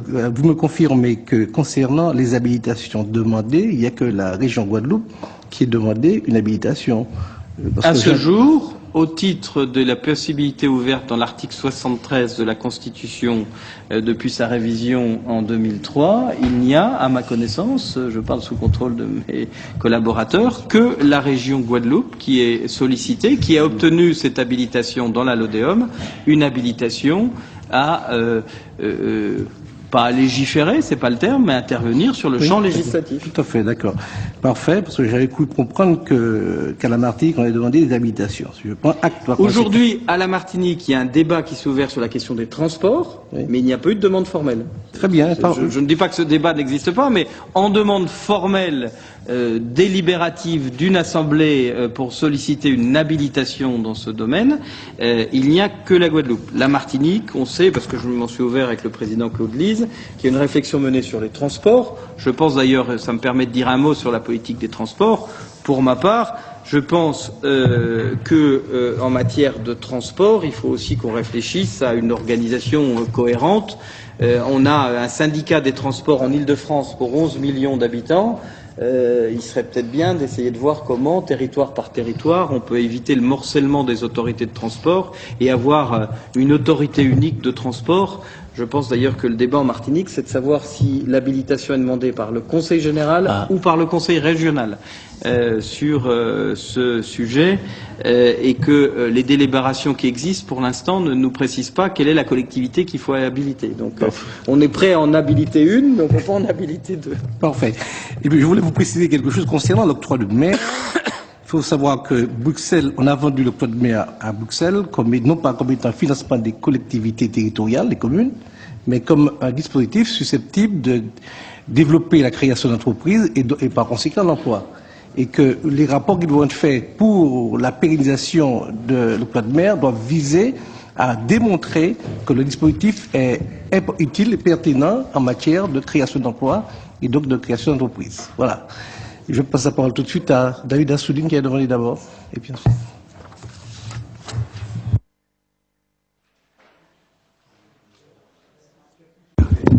Oui. Monsieur le ministre, en revenant d'une partie de ce voyage, puisque j'étais Guadeloupe-Martinique, moi aussi j'étais frappé par plusieurs choses, et notamment l'écart que l'on a pu constater, que j'ai pu constater entre des interlocuteurs, entrepreneurs, chercheurs, travailleurs, pêcheurs par exemple, le volontarisme qu'ils dégagent, le dynamisme, le courage, souvent la force de travail, et le fait que tout de même des indicateurs multiples sont vraiment au rouge.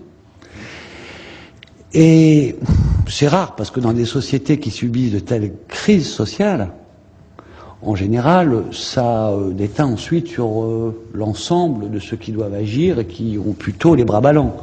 Je sens au contraire beaucoup de volontarisme et de dynamisme. Mais quand, pour finir, à la Martinique, on a des responsables importants d'administration de l'État, au l'INSEE, qui nous disent de façon nette, après des questions, que à la Martinique,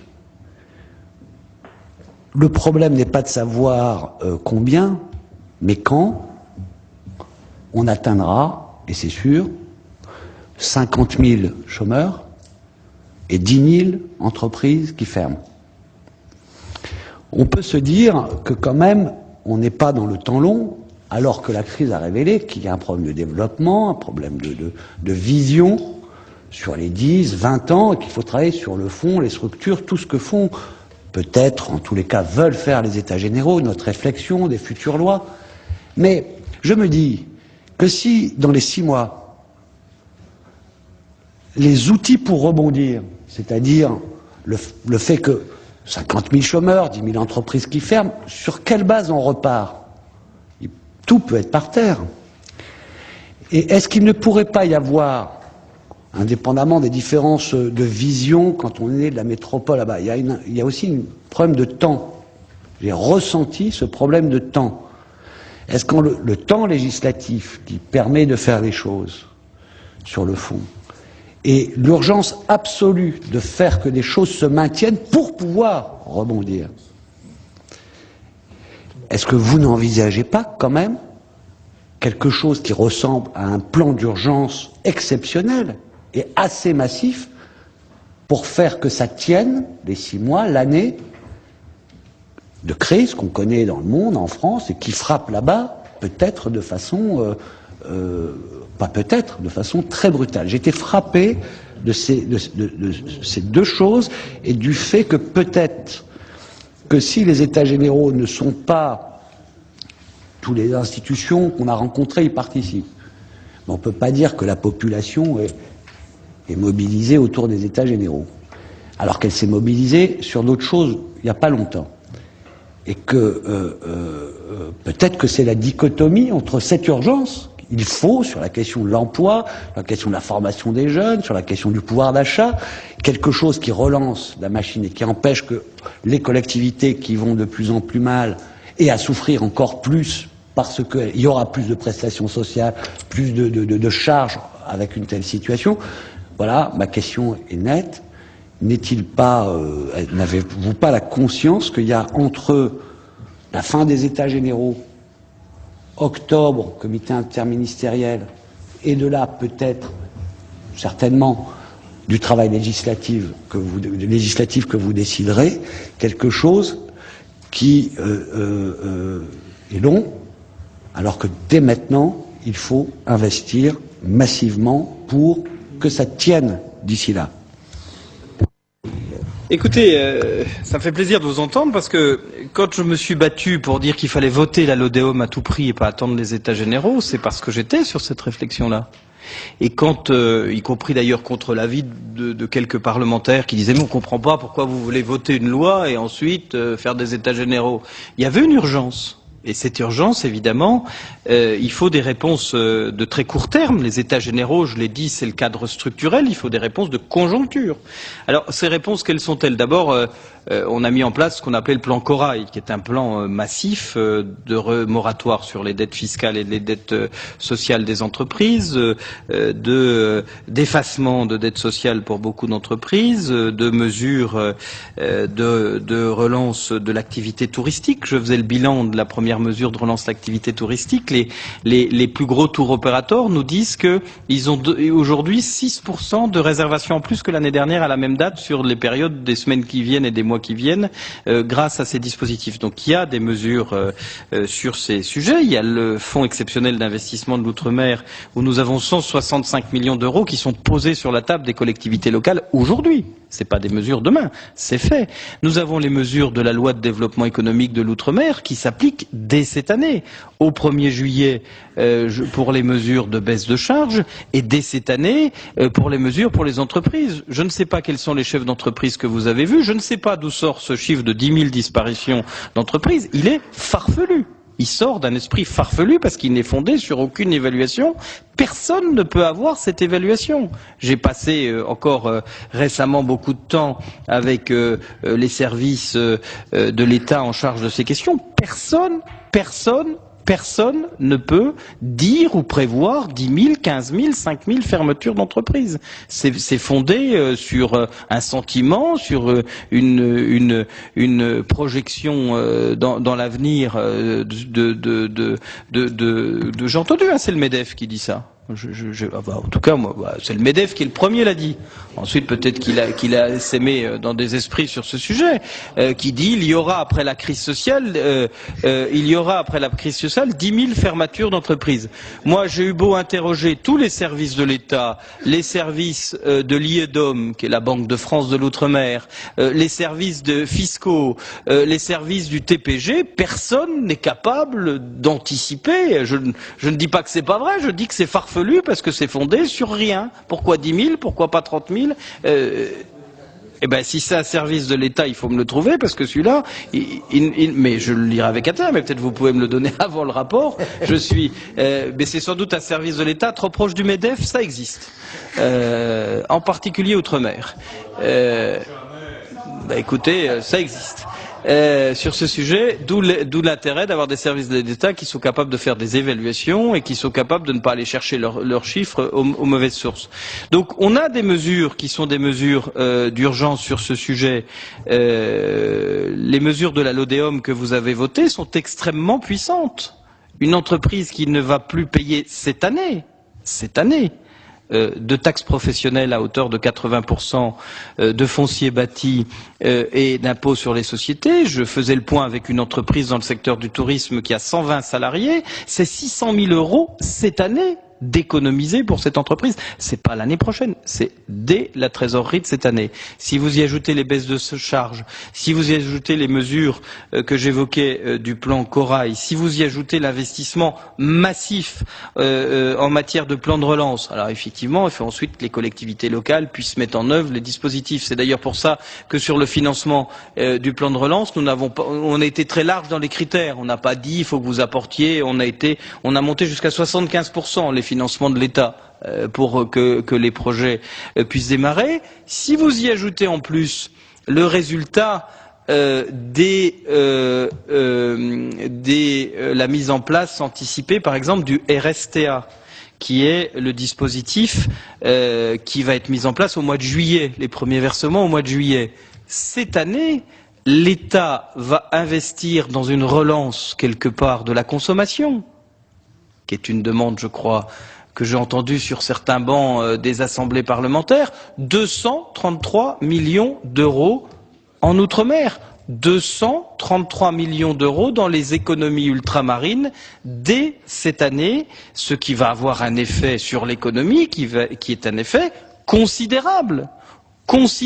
Ces 233 millions d'euros qui vont être investis. Donc évidemment, nous avons bien conscience que le nouveau modèle que nous appelons de nos vœux ne peut pas être construit si la période de crise est trop forte. Donc moi je vous rejoins en ce sens qu'il y a une énergie, une envie de s'en sortir qui est un élément positif, qu'il y a une conjoncture économique internationale et une conjoncture locale qui évidemment a amené des difficultés, mais que nous essayons de mettre en place toutes les mesures à très court terme pour faire en sorte évidemment de conforter. Je rappelle que la loi de développement économique de l'outre-mer, c'est 1,5 milliard d'euros au profit de l'économie et du logement. La loi Girardin, qui s'appliquait jusqu'à il y a quelques jours, c'était 1,3 milliard d'euros. Donc cette année, il y aura cet apport massif qui sera fait et je ne compte pas dans ce 1,5 milliard les 233 millions d'euros du RSTA qui sont en plus en investissement. Donc vous voyez qu'il y a là une volonté évidemment de répondre à ce qui vous a frappé et mobilisé. Et moi je vais pratiquement chaque mois dans chacun des territoires pour faire le point avec les services de l'État. J'étais il y a 15 jours en Guadeloupe avec par exemple le médiateur du crédit, qui est une des dispositions qui sont aussi des dispositions nationales qui s'appliquent aussi là-bas. Et le médiateur du crédit était très surpris de ne pas avoir de dossier. Et vérification faite, c'était pas parce que l'information n'était pas passée.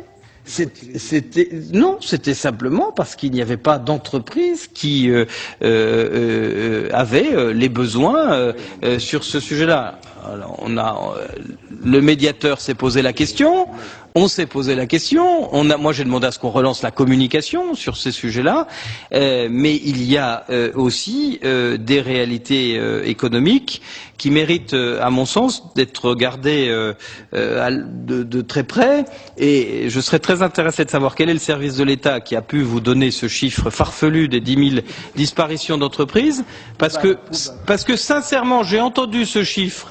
Non mais bien sûr, mais j'ai entendu ce chiffre dans la bouche du patronat sorti de la crise et j'ai voulu vérifier d'où venait cette expertise.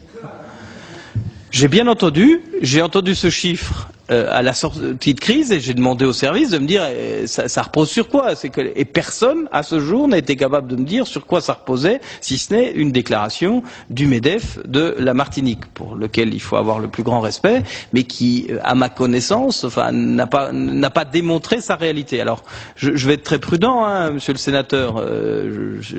Je ne souhaite pas qu'il soit, je ne veux pas être oiseau de mauvais augure ou de bons augures. Je pense que ça met le doigt sur nos difficultés à anticiper, à prévoir, à évaluer les réalités économiques et sur effectivement une forme difficulté de prévision, qui n'est pas une bonne chose pour la gestion de la politique publique, parce qu'évidemment, quand on part un peu dans le brouillard, les choses sont toujours plus difficiles. On y est très très attentif. Moi, j'y attache une importance très forte, et on a vraiment, avec nos outils IEDOM, c'est-à-dire la Banque de France mode outre-mer, AFD, qui porte toute la politique d'OSEO et les politiques en faveur des entreprises, on essaye vraiment d'avoir des indicateurs très, très précis pour mesurer les effets et pour que la réponse ne soit pas une réponse à plus tard en fonction des nouveaux modèles, mais qui est vraiment du sonnant et du trébuchant de cette année.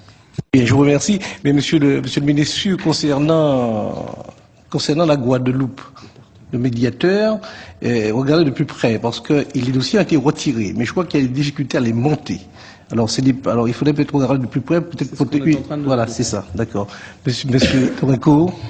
Oui, j'avais des questions beaucoup plus ponctuelles que celles de notre collègue David Assouline a posées, et j'en avais deux, mais l'une a déjà trouvé un début de réponse grâce au président de notre mission.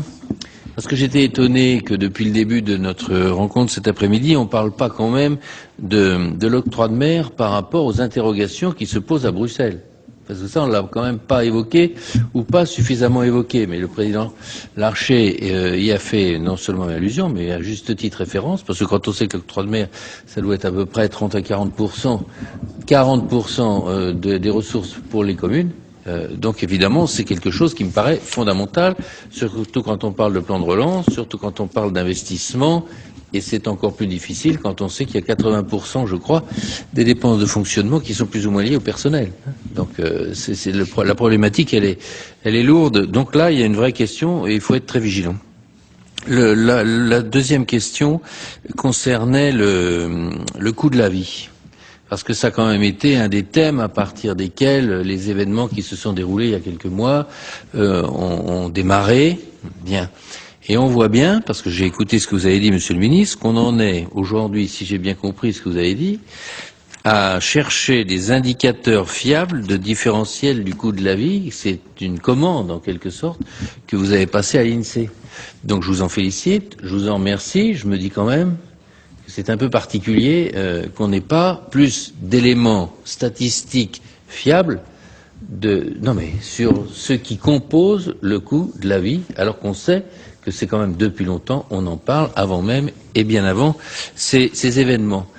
Et alors on avait évoqué ici avec un directeur de la Direction générale de la concurrence, la consommation, de la répression des fraudes, qui s'appelait Monsieur Gras, je crois, le développement de la concurrence. Et il nous avait dit, pour développer la concurrence, c'est simple, il suffit de développer le nombre de grandes surfaces. Bien. Moi, je n'avais pas été vraiment convaincu par cet argument, parce qu'on l'entend un peu partout, même à Montreux, voire à Sens ou à Auxerre, et nous sommes voisins et néanmoins amis. Et je lui avais demandé, est-ce qu'on pouvait avoir les comparaisons en nombre de mètres carrés par habitant, grande surface, outre-mer, par rapport à ce qui se passe chez nous, parce que je suis pas sûr que la réponse elle soit là. Donc pour me résumer, je pense qu'il y a un travail fondamental à faire au niveau des éléments qui composent les prix et voir ceux sur lesquels on peut agir. Les armateurs, les transporteurs nous ont dit que c'était 3 à 4%, donc on n'avait pas grand-chose à gratter. Donc est-ce qu'on peut gratter quelque chose là-dessus? Parce que c'est quand même très très important. Oui, sur les questions de coût de la vie, l'INSEE fait un travail très lourd. Évidemment, on a des indicateurs. Bon, j'ai moi-même, pendant la période où j'y étais, fait des relevés entre un magasin d'une grande marque pas très loin de ma commune et le même magasin de la même grande marque et les mêmes produits. Et mon relevé, je le tiens à disposition de ceux qui le souhaitent, sur une centaine de produits, 50 produits de consommation courante, même produit, c'était 30% d'écart. J'ai fait moi. Avec mes collaborateurs sur ce sujet. Le travail que j'ai demandé à l'INSEE, qui est un travail long, et je regrette que ce soit effectivement aussi long, est un travail d'indicateurs complets des habitudes de consommation. parce que c'est ça la réalité, c'est des habitudes de consommation, du mode de vie qui fait que quelles sont les dépenses d'un foyer moyen en Guadeloupe et quelles sont les dépenses du même foyer moyen en métropole, et qu'est-ce qui rentre dans tout ça sur toutes ces questions. Donc c'est un travail évidemment qui est un travail très important, mais on a déjà un certain nombre d'éléments. Je pense que l'avis que doit me rendre la haute autorité de la concurrence doit nous donner d'autres éléments sur ce sujet. Ça me permet d'ailleurs d'apporter une réponse à ce qui a été dit tout à l'heure par votre rapporteur sur la nécessité. Nous sommes dans un système où d'ailleurs souvent c'est pas forcément d'ailleurs appréhendé comme ça vu de l'outre-mer, mais les prix sont libres, hein. Donc il n'y a plus de contrôle des prix. L'État n'a plus de service de contrôle des prix, les prix sont libres. Simplement, ce qu'on doit avoir, c'est un service de la transparence pour comprendre la formation des prix. On l'a compris par exemple sur l'essence. On a fait ce travail lourd sur le prix de l'essence, qui est un travail qui a été fait par l'inspection des finances sur ce sujet. J'ai maintenant, moi, après ce travail, une idée claire sur la décomposition du prix de l'essence, la formation du prix de l'essence, le prix sorti de la raffinerie, c'est-à-dire le coût de la raffinerie, le prix du mode de distribution. Il faut savoir que en Guadeloupe, il y a 115 stations-service et 1200 pompistes, ou 1100 pompistes, soit en moyenne 10 par station-service, et que donc ça a une incidence sur le prix. Donc je crois que le travail qui est le nôtre, le travail qui sera je pense celui de l'État dans des services réorganisés, c'est d'être le garant de la transparence. Parce que je ne sais pas si la concurrence fait baisser les prix, oui, normalement, les économistes le disent, mais enfin, il faut voir jusqu'à quel niveau. Mais je suis sûr qu'une chose, c'est que la transparence, elle permet de faire baisser les prix et que on a un devoir de transparence. Nous avons mis en place, à titre expérimental, Anne-Marie Payette le sait, à La Réunion, un chariot type, c'est-à-dire que chaque mois, la direction départementale de la concurrence et de la répression des fraudes va relever dans toutes les grandes surfaces de La Réunion une liste de produits qui est les mêmes, qui est le chariot type, et publie simplement les évolutions de prix. Bon, eh bien, depuis que nous avons mis en place ce thermomètre, on s'est aperçu d'abord que la concurrence jouait entre les grandes surfaces et que les prix, en tout cas ceux de ce chariot, étaient en diminution. Alors comme on s'est dit que comme il était publié, il devait faire un effort purement sur ces prix-là, on a pris la décision d'avoir des prix publiés, et puis dans le chariot, 100 produits dont on ne donnerait pas les caractéristiques, mais dont on mesurerait aussi les prix. Voilà ce que peut faire un service. Mais il a fallu, si j'ose dire, réorganiser les directions départementales, avoir des gens dont c'était pas le métier initial pour les mettre sur ces logiques-là. Et je crois que dans les débats sur le modèle économique, avoir des indicateurs et avoir des services de l'État qui garantissent la transparence et qui montrent la réalité des prix. Je voudrais livrer juste une anecdote, si vous le permettez. On m'avait dit, et c'est un responsable du port autonome de Guadeloupe qui m'expliquait que vraiment un conteneur qui faisait Shanghai-Le Havre était facturé 750 €, que le même conteneur qui faisait à peu près la même distance, c'est-à-dire Le Havre, Pointe-à-Pitre, était facturé 2500 €. Moi, j'avais besoin de comprendre. J'ai donc été rencontrer l'entreprise qui est d'ailleurs une entreprise voilà, qui est d'ailleurs une entreprise qui est la 3e mondiale et qui est le fournisseur unique, qui m'a donné une partie de l'explication. Alors je ne sais pas si, mais en m'expliquant que il y avait d'abord le souhait des distributeurs des Antilles d'avoir 4 lieux de chargement en métropole, et que s'il y avait qu'un seul lieu de chargement, ça baisserait les prix, qu'il y avait ensuite une volonté parfaitement légitime d'avoir des livraisons plus rapides et que donc le bateau ne pouvait pas faire du cabotinage vers l'Afrique, ce qui lui aurait aussi permis de se remplir plus et de baisser les prix, et qu'enfin, comme du cabotage, pardon. Cabotinage, c'est autre chose. Pardon. Je vois qu'il y a des spécialistes.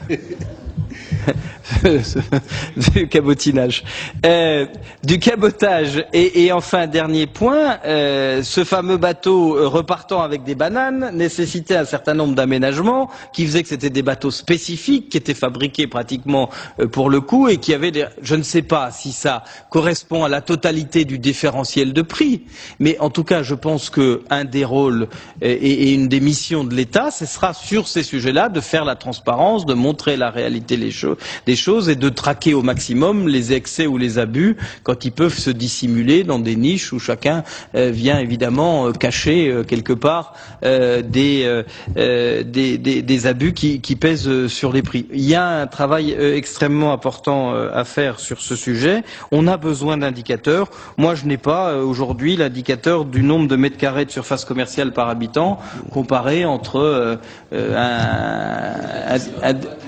voilà, mais je ne l'ai pas comparé avec un département de même importance sur ce sujet. Voilà toute une série de choses que le nouveau service ou la nouvelle direction de l'évaluation du secrétariat d'État doit être capable de nous fournir pour qu'on ait ces indicateurs. Et c'est variable d'un département à l'autre. Mais pour compléter, Monsieur le Ministre, la transparence, c'est bien, c'est très bien. Mais dans un système libéral, c'est la concurrence qui régule les prix, qui établit les prix. Si vous n'avez pas de concurrence, c'est anarchie, c'est un petit peu ce que nous avons vécu pendant longtemps. Sur la desserte maritime des Antilles, il n'y a pas de concurrence. Les armateurs sont venus ici, on les a reçus, ils ont fait de très belles déclarations, ils ont dit qu'il y avait concurrence. Nous sommes allés sur le terrain, en Guadeloupe comme à la Martinique, ce sont les mêmes qu'on trouve. Ils sont en position tellement dominante qu'il n'y a pas de concurrence, en fait. Voilà. Alors, ils peuvent expliquer les choses, hein, mais... Fournit des chiffres qu'on trouvera dans le rapport qui convergent pour dire, alors ça c'est à vérifier, que le coût du transport au fond est marginal. Sur un litre de lait, j'ai le souvenir, 10 centimes. 10 centimes.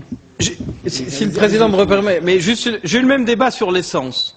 Quand je voyais les pétroliers et l'entreprise Sarah, ils m'expliquaient que le prix de l'essence était très élevé à cause des distributeurs et des pompistes. Et que vraiment, c'était scandaleux, qu'il y avait une situation... Je ne dis pas que c'est ce que je disais moi, je dis que c'est ce qu'on m'expliquait.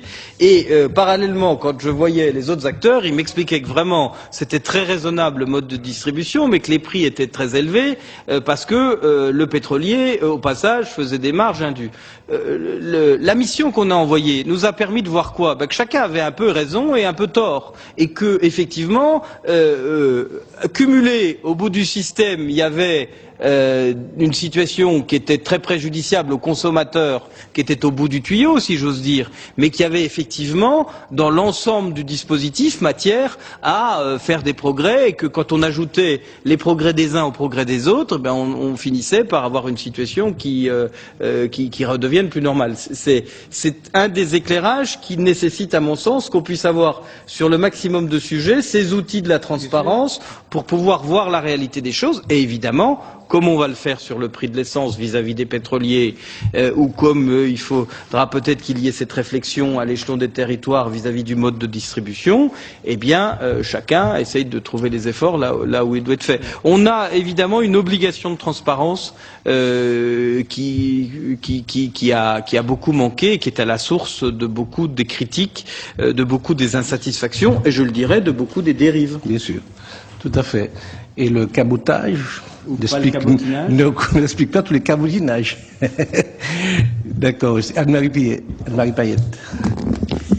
Oui, Monsieur le Ministre, j'aimerais vous poser deux questions. D'abord sur le service militaire adapté. Vous voulez doubler le nombre de places dans les différentes antennes. Et c'est une décision qui me réjouit puisque je réclame depuis plusieurs années dans mon rapport sur le budget le développement de ce dispositif qui est vraiment très performant, qui donne d'excellents résultats, à tel point que le Premier ministre du gouvernement précédent a souhaité l'introduire en métropole sous une autre appellation. Mais si mes souvenirs sont bons, je crois qu'on devra atteindre cet objectif avec les mêmes équipements et à budget constant. Alors, est-ce que dans ces conditions, le dispositif va garder sa même efficacité? Ensuite, vous souhaitez développer le téléenseignement. Alors, j'aimerais savoir si cette méthode sera celle qui sera privilégiée aussi à Mayotte pour combler le déficit d'établissements scolaires ou à cause de l'immigration clandestine qu'on n'arrive pas à endiguer. Il existe un système de scolarité par rotation. Alors, certains élèves viennent à l'école le matin, d'autres l'après-midi. Et c'est quand même le seul endroit de France où on peut observer cela. Oui, Monsieur le Ministre, pour compléter la première question de Anne-Marie Payet, c'est que nous avons reçu ici le colonel qui s'occupe du SMA.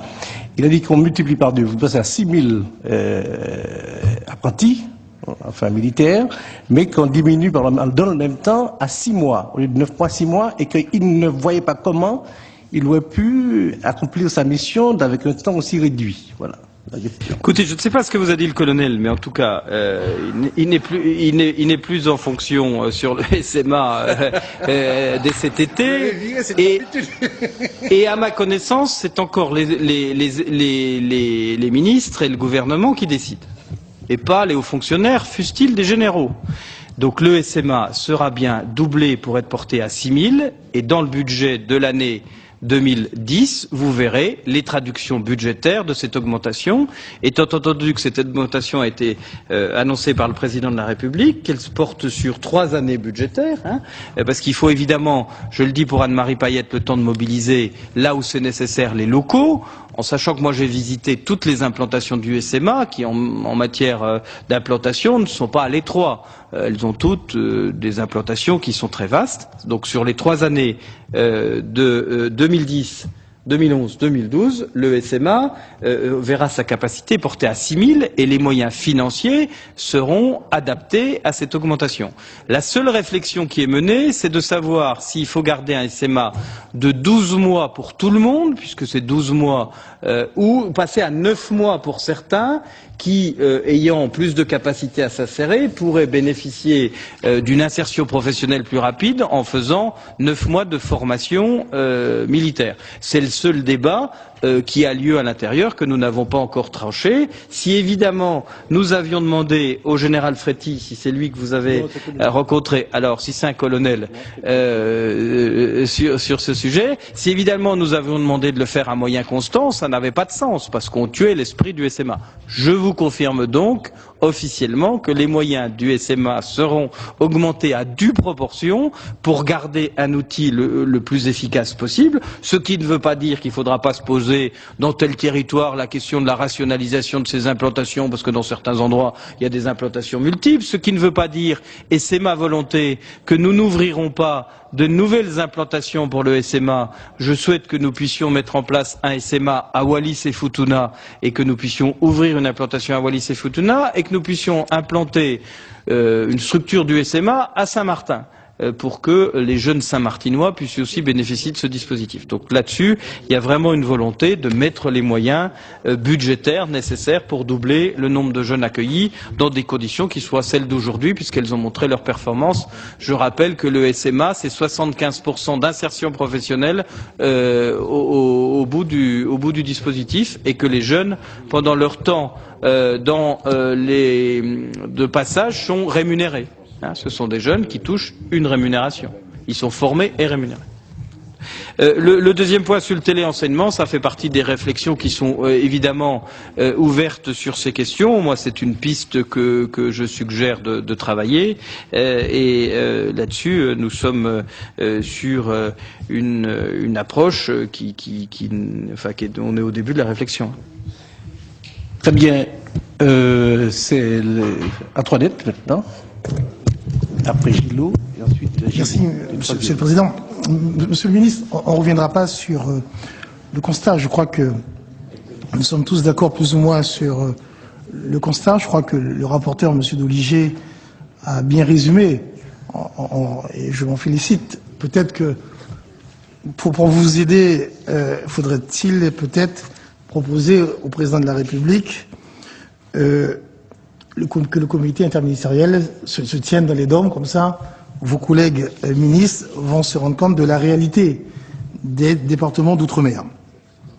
Donc, au-delà du constat, je pense que, et puis j'affirme aussi qu'il y a un problème au niveau donc des services déconcentrés de l'État.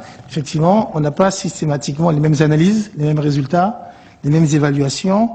Et c'est vrai qu'entre ce que nous dit le directeur, prenons l'exemple du Pôle emploi, qui précisait, et qui d'ailleurs ça figure dans le compte rendu, une diminution du PIB par tête d'habitant de 10 points en 10 ans, le TPG nous disait que effectivement ce chiffre était, pour reprendre votre expression, farfelu. Donc il y a quelque chose à harmoniser quelque part, parce que si on n'a pas la même analyse, forcément, on ne pourra pas apporter les mêmes réponses. Alors, sur les réponses, sur les réponses proposées. Je crois que le collègue Assouline a raison de distinguer deux types de réponses. Des réponses à court terme. Parce qu'effectivement, il y a urgence dans les départements d'outre-mer.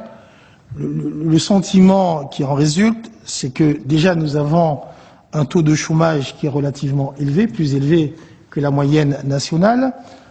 À titre d'exemple, il est de l'ordre de 22-23% en Guyane, ça a augmenté autour de 25% aux Antilles, et je crois que c'est la Réunion qui détient le record 25%, et je ne fais pas non plus le zoom sur le taux de chômage des jeunes. Mais ces chiffres, vous les connaissez, parce que vous avez une parfaite connaissance des réalités en Outre-mer.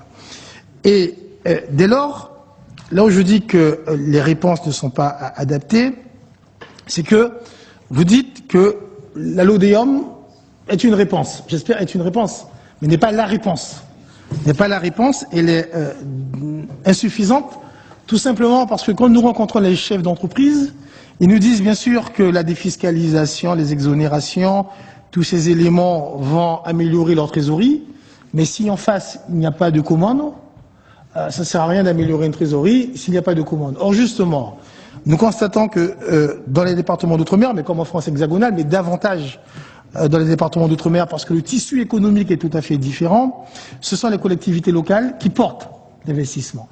Alors, vous avez annoncé le chiffre de 165 millions d'euros, sauf que nous savons très bien que ce montant ne sera pas mobilisé pour la simple et bonne raison qu'hormis la région Martinique, qui a un excédent de 13 millions d'euros, dixit le président du conseil régional, les autres collectivités locales n'ont pas les moyens financiers pour apporter les 25%. Premièrement, parce que ce plan de relance est fléché dans des domaines bien particuliers, en Guyane, à titre d'exemple, à juste titre, il s'agit de la problématique des déchets, parce que le gouvernement français va certainement payer 43 millions de pénalités. Donc je prends cet exemple, alors que nous avons des retards en matière de construction scolaire. Si je prends l'exemple de la commune de Saint-Laurent-du-Maroni, que vous connaissez très bien, vous avez visité récemment, doit réaliser des groupes scolaires, que les lycées à Kourou, la région Guyane doit livrer sur 2 ans 4 groupes scolaires. Bref, vous voyez bien que nous avons des difficultés pour apporter, pour cofinancer ces opérations. Donc dès lors, et là il n'y a pas de réponse à court terme, voilà pourquoi je dis que la relance de l'activité économique est en panne.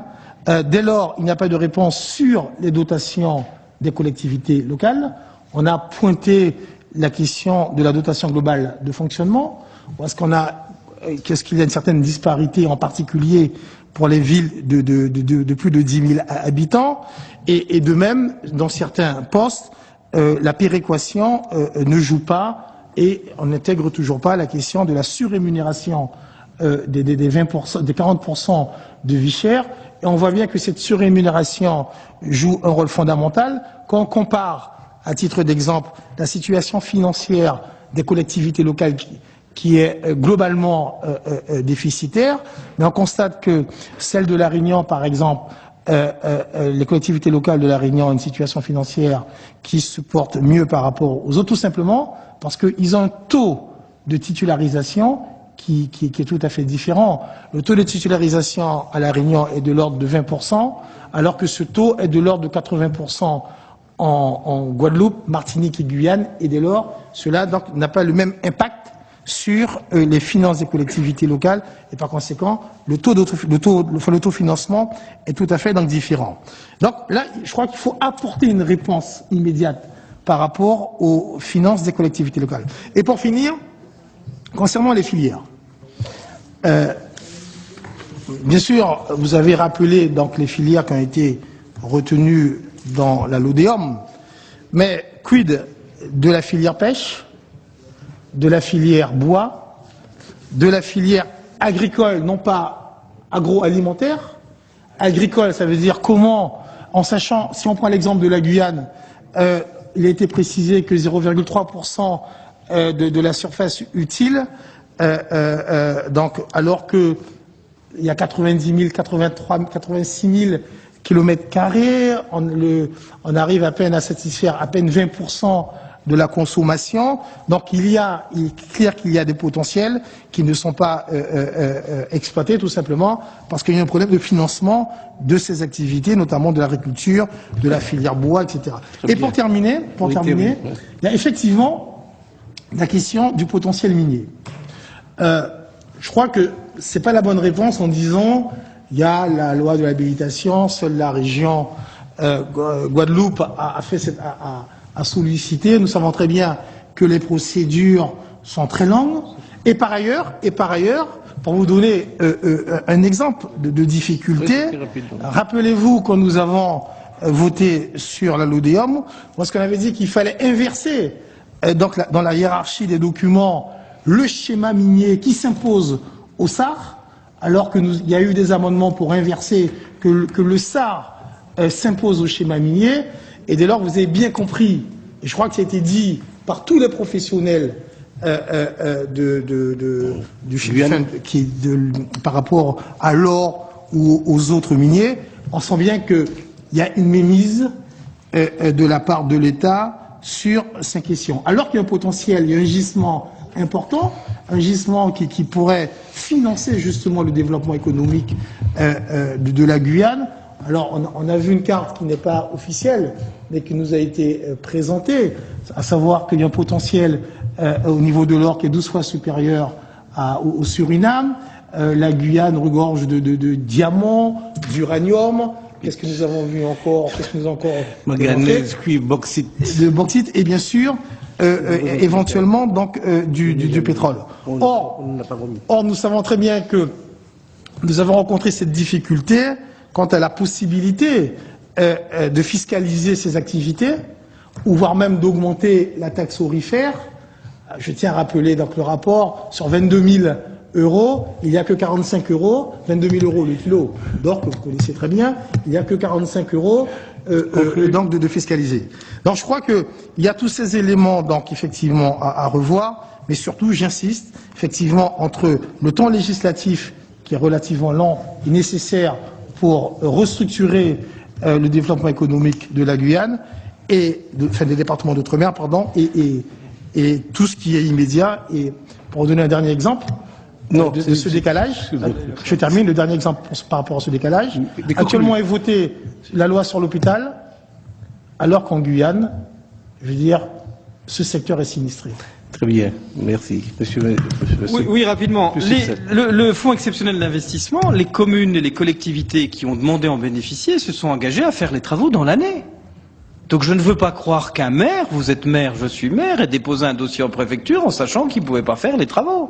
Et les travaux, je dément formellement l'idée qui serait fléchée sur une activité plus qu'une autre. Il y a des obligations sur le traitement des déchets, il y a d'ailleurs des crédits spécifiques sur les questions de traitement des déchets qui n'ont rien à voir avec le fonds exceptionnel d'investissement, qui sont prévus dans le cadre du Grenelle, et le fonds exceptionnel d'investissement, mais je publierai commune par commune, l'ensemble des aides de l'État, fonds exceptionnels d'investissement, plan de relance et dotation globale d'équipement qui sont sur la table des communes, parce que je crois aussi qu'il faut mettre chacun en face de ses responsabilités et que quand on dépose un dossier pour solliciter le fonds exceptionnel d'investissement au titre de l'année 2009, au titre du plan de relance, on sait parfaitement quelles sont les règles du jeu. Donc je ne voudrais pas, s'il y a un seul élu qui vient expliquer qu'il a déposé un dossier mais qui savait parfaitement qu'il ne pourrait pas faire les travaux, ça me semble être totalement antinomique. Donc là-dessus, je vous garantis que ces sommes-là sont des sommes qui seront dépensées dans l'année. J'ai d'ailleurs commencé à poser des premières pierres de chantier et ça démarre partout. Donc là-dessus, je publierai pour la Guyane, commune par commune, la liste des travaux que les maires se sont engagés à faire. On a été assez souple, on a dit que ça pouvait monter jusqu'à 75% de financement et que c'était assez large, que le seul objectif, c'était que ça démarre dans l'année, que ce soit des travaux qui soient évidemment producteurs d'activité et d'emploi. Sur deuxième, donc là-dessus, votre vision, elle n'est pas juste, monsieur le sénateur maire. Deuxième point, l'agroproduction, c'est la filière halieutique et la pêche, c'est la filière bois, c'est toutes les productions issues de l'agriculture, c'est pas seulement de l'alimentaire. Donc les secteurs prioritaires de la loi de développement économique, les secteurs sur lesquels nous voulons aider à structurer des filières professionnelles, c'est bien ceux qui correspondent à ce que vous avez évoqué, le riz évidemment, la filière bois évidemment, et l'agroalimentaire évidemment. Sur ce qui est du schéma minier, si je n'ai pas accepté les amendements qui visaient à dire que le schéma d'aménagement régional s'imposait au schéma minier, c'est pour une raison simple que vous connaissez, c'est parce qu'ils étaient inconstitutionnels et qu'on ne pouvait pas avoir une disposition propre à un département d'outre-mer qui soumette un schéma d'aménagement régional à un schéma minier qui, par nature, est un schéma à vocation nationale et qui s'impose. La seule voie possible, je l'ai dit dans l'hémicycle et je le répète aujourd'hui, la seule voie possible pour faire en sorte que ce schéma s'impose au SAR, c'est qu'il soit fait par la collectivité sur une habilitation. Et ne dites pas, parce que ce n'est pas vrai que ça prend du temps. La région Guadeloupe nous a interrogés au mois de mars sur son habilitation, elle a eu son habilitation au mois de mai.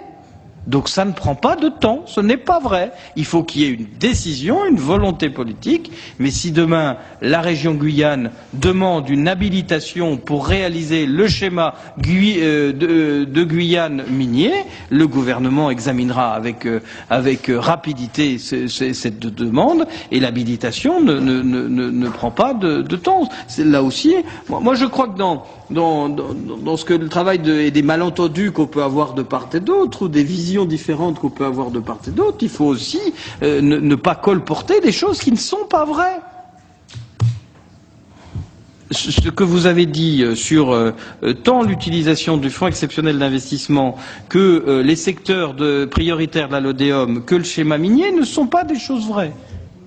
C'est pas des réalités, ce qui ne veut pas dire qu'il n'y a pas de problème et que tout devient simple et que si demain la région Guyane demande une habilitation pour réaliser elle-même le schéma minier, ça se transformera en une simplicité biblique. Mais si moi je pense comme vous qu'il faut que ce soit décidé à un échelon local. Je pense que alors je ne sais pas quels sont les schémas ou les cartes qu'on vous a montrés. J'ai vu aussi les lobbies du secteur aurifère qui sont très puissants. On les a vus agir dans l'affaire IAM Gold. Ces lobbies-là, je pense qu'il faut trouver le juste équilibre, évidemment, entre une exploitation intelligente et durable et une exploitation outrancière.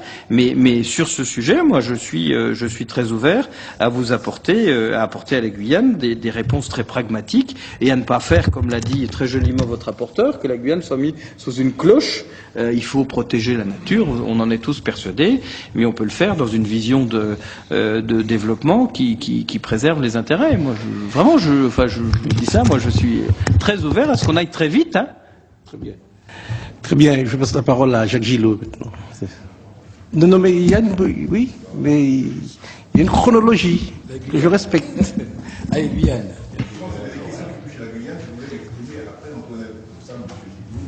Revenu justement sur la Guyane. Non. Messieurs les Anglais, lequel dit le premier? Dans les 10 minutes qui me restent maintenant, parce que allez-y, parce que voilà. Du temps, allez, Gillot, vas-y. Oui, enfin, on ira très vite, monsieur le ministre. Mais je peux revenir, hein. Il faut revenir. Non, je voulais avoir quelques précisions sur un certain nombre de décisions déjà prises, mais enfin qui posent problème. Notamment, je voulais savoir si l'application programmée du RSTA est-ce que renvoie à l'application anticipée que nous avons demandé pour le RSA? Car nous savons maintenant que c'est pas du tout la même chose, d'autant plus que le RSTA c'est effectivement pour les salariés et le RSA c'est une autre stratégie d'ailleurs qui a pratiquement fait l'unanimité au niveau du Parlement. Donc je voudrais avoir des précisions car aujourd'hui nous savons que vous avez dit que le RSTA c'est pour 3 ans. Et le RSA, nous avions demandé une application avant 2011 et ça me permet de vous demander les quelques éléments que vous avez déjà du pré-rapport de notre collègue Victoria. Ça, c'est un premier point. Deuxièmement, sur quelques mesures assez rapidement mises en place et pour lesquelles on vous avait interrogé lors de l'examen de la loi sur la loi économique des Outre-mer, c'est sur l'application du contrat d'autonomie pour les jeunes. Effectivement, lors de cette discussion, je crois que ça avait retenu votre assentiment. Il était question qu'on puisse appliquer rapidement cette mesure, car en fait, c'était déjà appliqué pour les banlieues, c'est pour les jeunes de 16 à 24 ans. Vous savez qu'ils ne bénéficient de rien, et ce sont ces mêmes jeunes-là qu'on trouve sur les barricades lors des manifestations. Je sais que depuis hier, le plan de relance pour l'emploi des jeunes, l'insertion des jeunes devrait commencer, mais je voudrais vraiment, si vous pouvez le faire aujourd'hui assez rapidement, nous dire quelles sont vraiment les mesures concrètes que vous devez appliquer dans les quelques semaines ou mois pour ces jeunes. Et encore, sur une interpellation du ministre Borloo sur les prix de l'énergie, je voudrais souhaiter effectivement que nous restions sur le système actuel. C'est-à-dire en fait que nous puissions rester dans la péréquation nationale et que nous ne puissions pas aller à une ouverture de la concurrence qui va pénaliser très très largement les entreprises guadeloupéennes et bien sûr par la même les particuliers. Peut-être le sénateur Patient. Oui, Patient, tu veux poser ta question maintenant, après Il s'agit de qui demande des réponses très urgentes. Donc je vais être très bref. Je reviens sur le schéma minier. Bon, c'est vrai, il est contenu dans la LODEOM, et vous avez parlé de la procédure d'habilitation. Mais n'empêche, ce schéma minier, il devait être élaboré et adopté en décembre 2008. Depuis son élaboration, qui date déjà depuis plus d'une année, les activités minières sont quasiment gelées en Guyane en attente de ce schéma minier. Bon. Actuellement, il est décrié unanimement en Guyane, et même s'il fallait faire une procédure d'habilitation, comme l'a dit mon collègue Antoinette, ça prendrait beaucoup de temps. Avant le schéma minier, il y avait plus de 100 artisans locaux qui travaillaient dans l'or. Actuellement, il ne reste plus que 4, parce que les zones sont déjà sur ce fameux plan Mansillon, et jusqu'à maintenant, des autorisations ne peuvent être données, en attendant que ce schéma minier soit élaboré. Donc, en attente de l'adoption de ce schéma minier, ou bien qu'il y ait une procédure d'habilitation, est-ce que vous ne pouvez pas donner des instructions au service de l'ADRIR pour qu'ils recommencent à donner des autorisations de travail à beaucoup d'artisans locaux qui actuellement se retrouvent sans travail? Alors, deuxième question, les outils financiers. On en a beaucoup parlé dans les 4 DOM. Vous avez fait référence à l'AFD qui intervenait pour le compte d'OSEO BDPME. Mais on a attendu de façon unanime aussi qu'OSEO BDPME, les produits de OSEO BDPME n'étaient pas distribués dans les DOM comme ils sont distribués en France. Donc ça aussi, je pense qu'il faut revoir ce point, c'est très important. Et après, dernier point, le plan Corail. Il n'existe pas. Il existe en Martinique et en Guadeloupe, mais il n'existe ni à La Réunion ni en Guyane. Très bien. Attendez une seconde. Monsieur Giraud, une question. C'est comme ça, on va être dégroupé. Oui, Monsieur le Président, ma question s'adresse à vous. Parce que je suis surpris, Monsieur le Président, que vous ayez visité les autres îles et Mayotte n'a pas été visité. Et comment vous pouvez l'introduire dans votre rapport? Je vais vous répondre tout de suite, mon cher collègue, ça c'est rapide.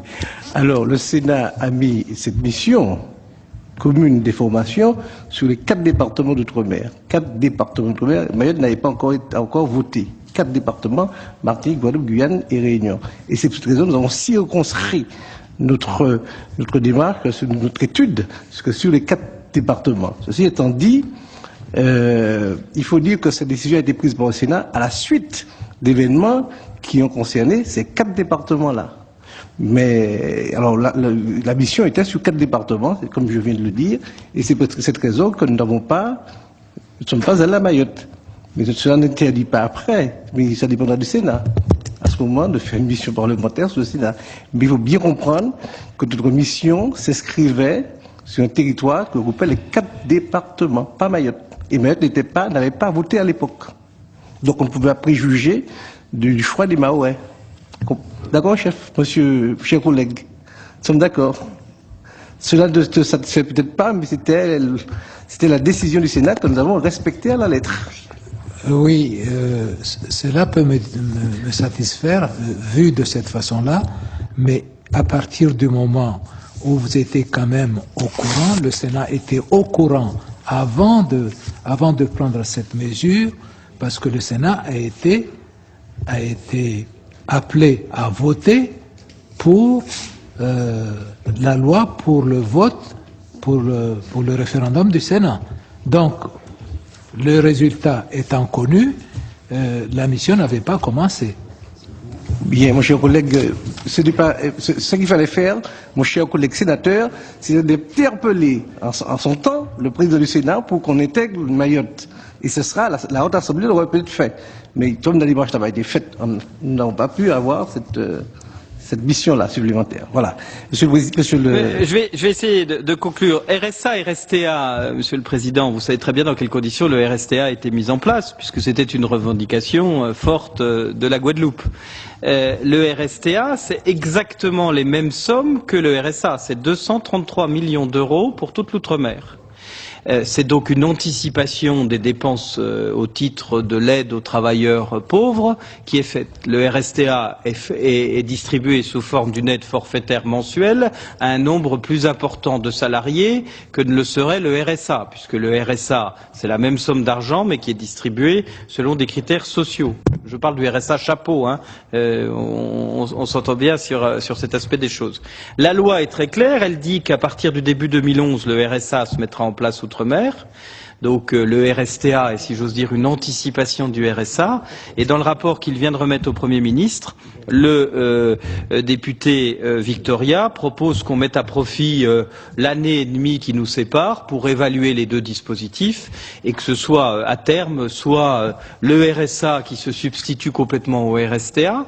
Ça voudra dire à ce moment-là que l'économie aura pu faire face aux augmentations de salaire dans un certain nombre de circonstances pour les salariés qui ne bénéficieraient pas du RSA alors qu'ils bénéficiaient du RSTA. Soit, deuxième solution, le RSTA restera comme étant la politique d'aide au bas salaire parce que l'évaluation aura ou aurait démontré que c'était une politique publique qui avait ses vertus, soit ce serait un produit mixte, RSA et RSTA, qui serait mis en place pour permettre la transition. Toutes les options sont ouvertes. Le gouvernement souhaite le faire en toute transparence et faire en sorte qu'effectivement ce RSTA, qui est une forme de RSA mais appliquée de façon forfaitaire et systématique, eh bien puisse répondre à la crise, qui était quand même son objectif, et puisse céder la place au système le plus avantageux dans le délai des 3 années qui viennent. Nous sommes sur les périodes donc 2009, 2010, 2011 qui sont nos périodes de réflexion. Vous verrez, c'est les préconisations du rapport Victoria sur ce sujet, mais on aura évidemment l'occasion d'en reparler. Sur le contrat d'autonomie, il s'applique. J'ai signé les premiers contrats d'autonomie à La Réunion. Il y a une expérimentation qui est faite des possibilités de son extension et donc nous sommes dans le calendrier que j'ai évoqué dans le cadre de la LEDEOM. Sur les questions de prix, je vous rassure, il y aura bien, on maintiendra un système propre à l'outre-mer et dans le cadre des travaux que nous menons ensemble avec le comité de suivi des prix du carburant, on veut faire évoluer les choses dans un sens à la fois positif pour les consommateurs et transparent, comme ça a été évoqué. Sur la question du schéma minier, je vais évidemment regarder à nouveau, et je retiens votre suggestion, Monsieur le Sénateur, éventuellement de pouvoir donner quelques autorisations si ce schéma mettait encore trop de temps à sortir. Je vous donnerai des éléments avant l'été sur cette question-là. Enfin, vous avez des informations erronées puisqu'aujourd'hui l'AFD distribue la totalité des produits aux EOB et des PME. C'est pas erroné depuis longtemps, donc je vous pardonne, mais nous avons veillé en sorte à ce que l'AFD soit le guichet qui distribue la totalité des produits aux EO, donc il n'y a plus de différence. Et le plan Corail s'appliquera bien en Guyane et à La Réunion. Il y a eu un temps de décalage. J'étais à La Réunion lundi dernier pour vérifier son application. Je vous confirme donc que le plan Corail s'appliquera donc dans nos DOM.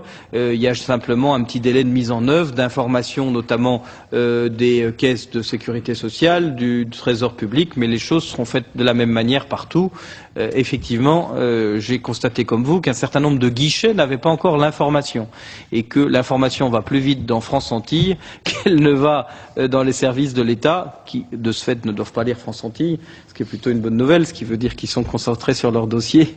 Donc je vous confirme bien que le plan corail s'appliquera en Guyane, à La Réunion, sans aucune difficulté. Enfin, je rassure le sénateur Giraud, Mayotte n'est pas oublié, et je suis sûr que les réflexions de la mission viendront aussi éclairer la politique du gouvernement vis-à-vis de Mayotte. Je souhaite vous remercier, Monsieur le Président, et vous prier d'excuser mon obligation de partir, mais vous dire que si vous souhaitez, avant la fin de vos travaux, une nouvelle audition, j'y suis évidemment non seulement favorable, mais j'en serai très heureux. Je vous remercie, le ministre. Bien sûr, le sujet n'est loin, très loin d'être épuisé. Nous n'avons pas abordé le problème du logement social en particulier, le financement quand il y a des collectivités, des opérateurs quand il y a défaillance des collectivités territoriales. Nous n'avons pas parlé des minima sociaux.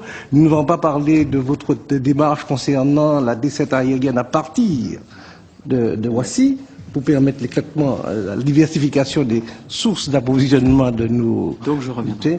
Donc il y a de fortes chances que vous reveniez. Il y a tant à faire et tant à dire encore sur le problème des Outre-mer. Je vous remercie tous et à bientôt.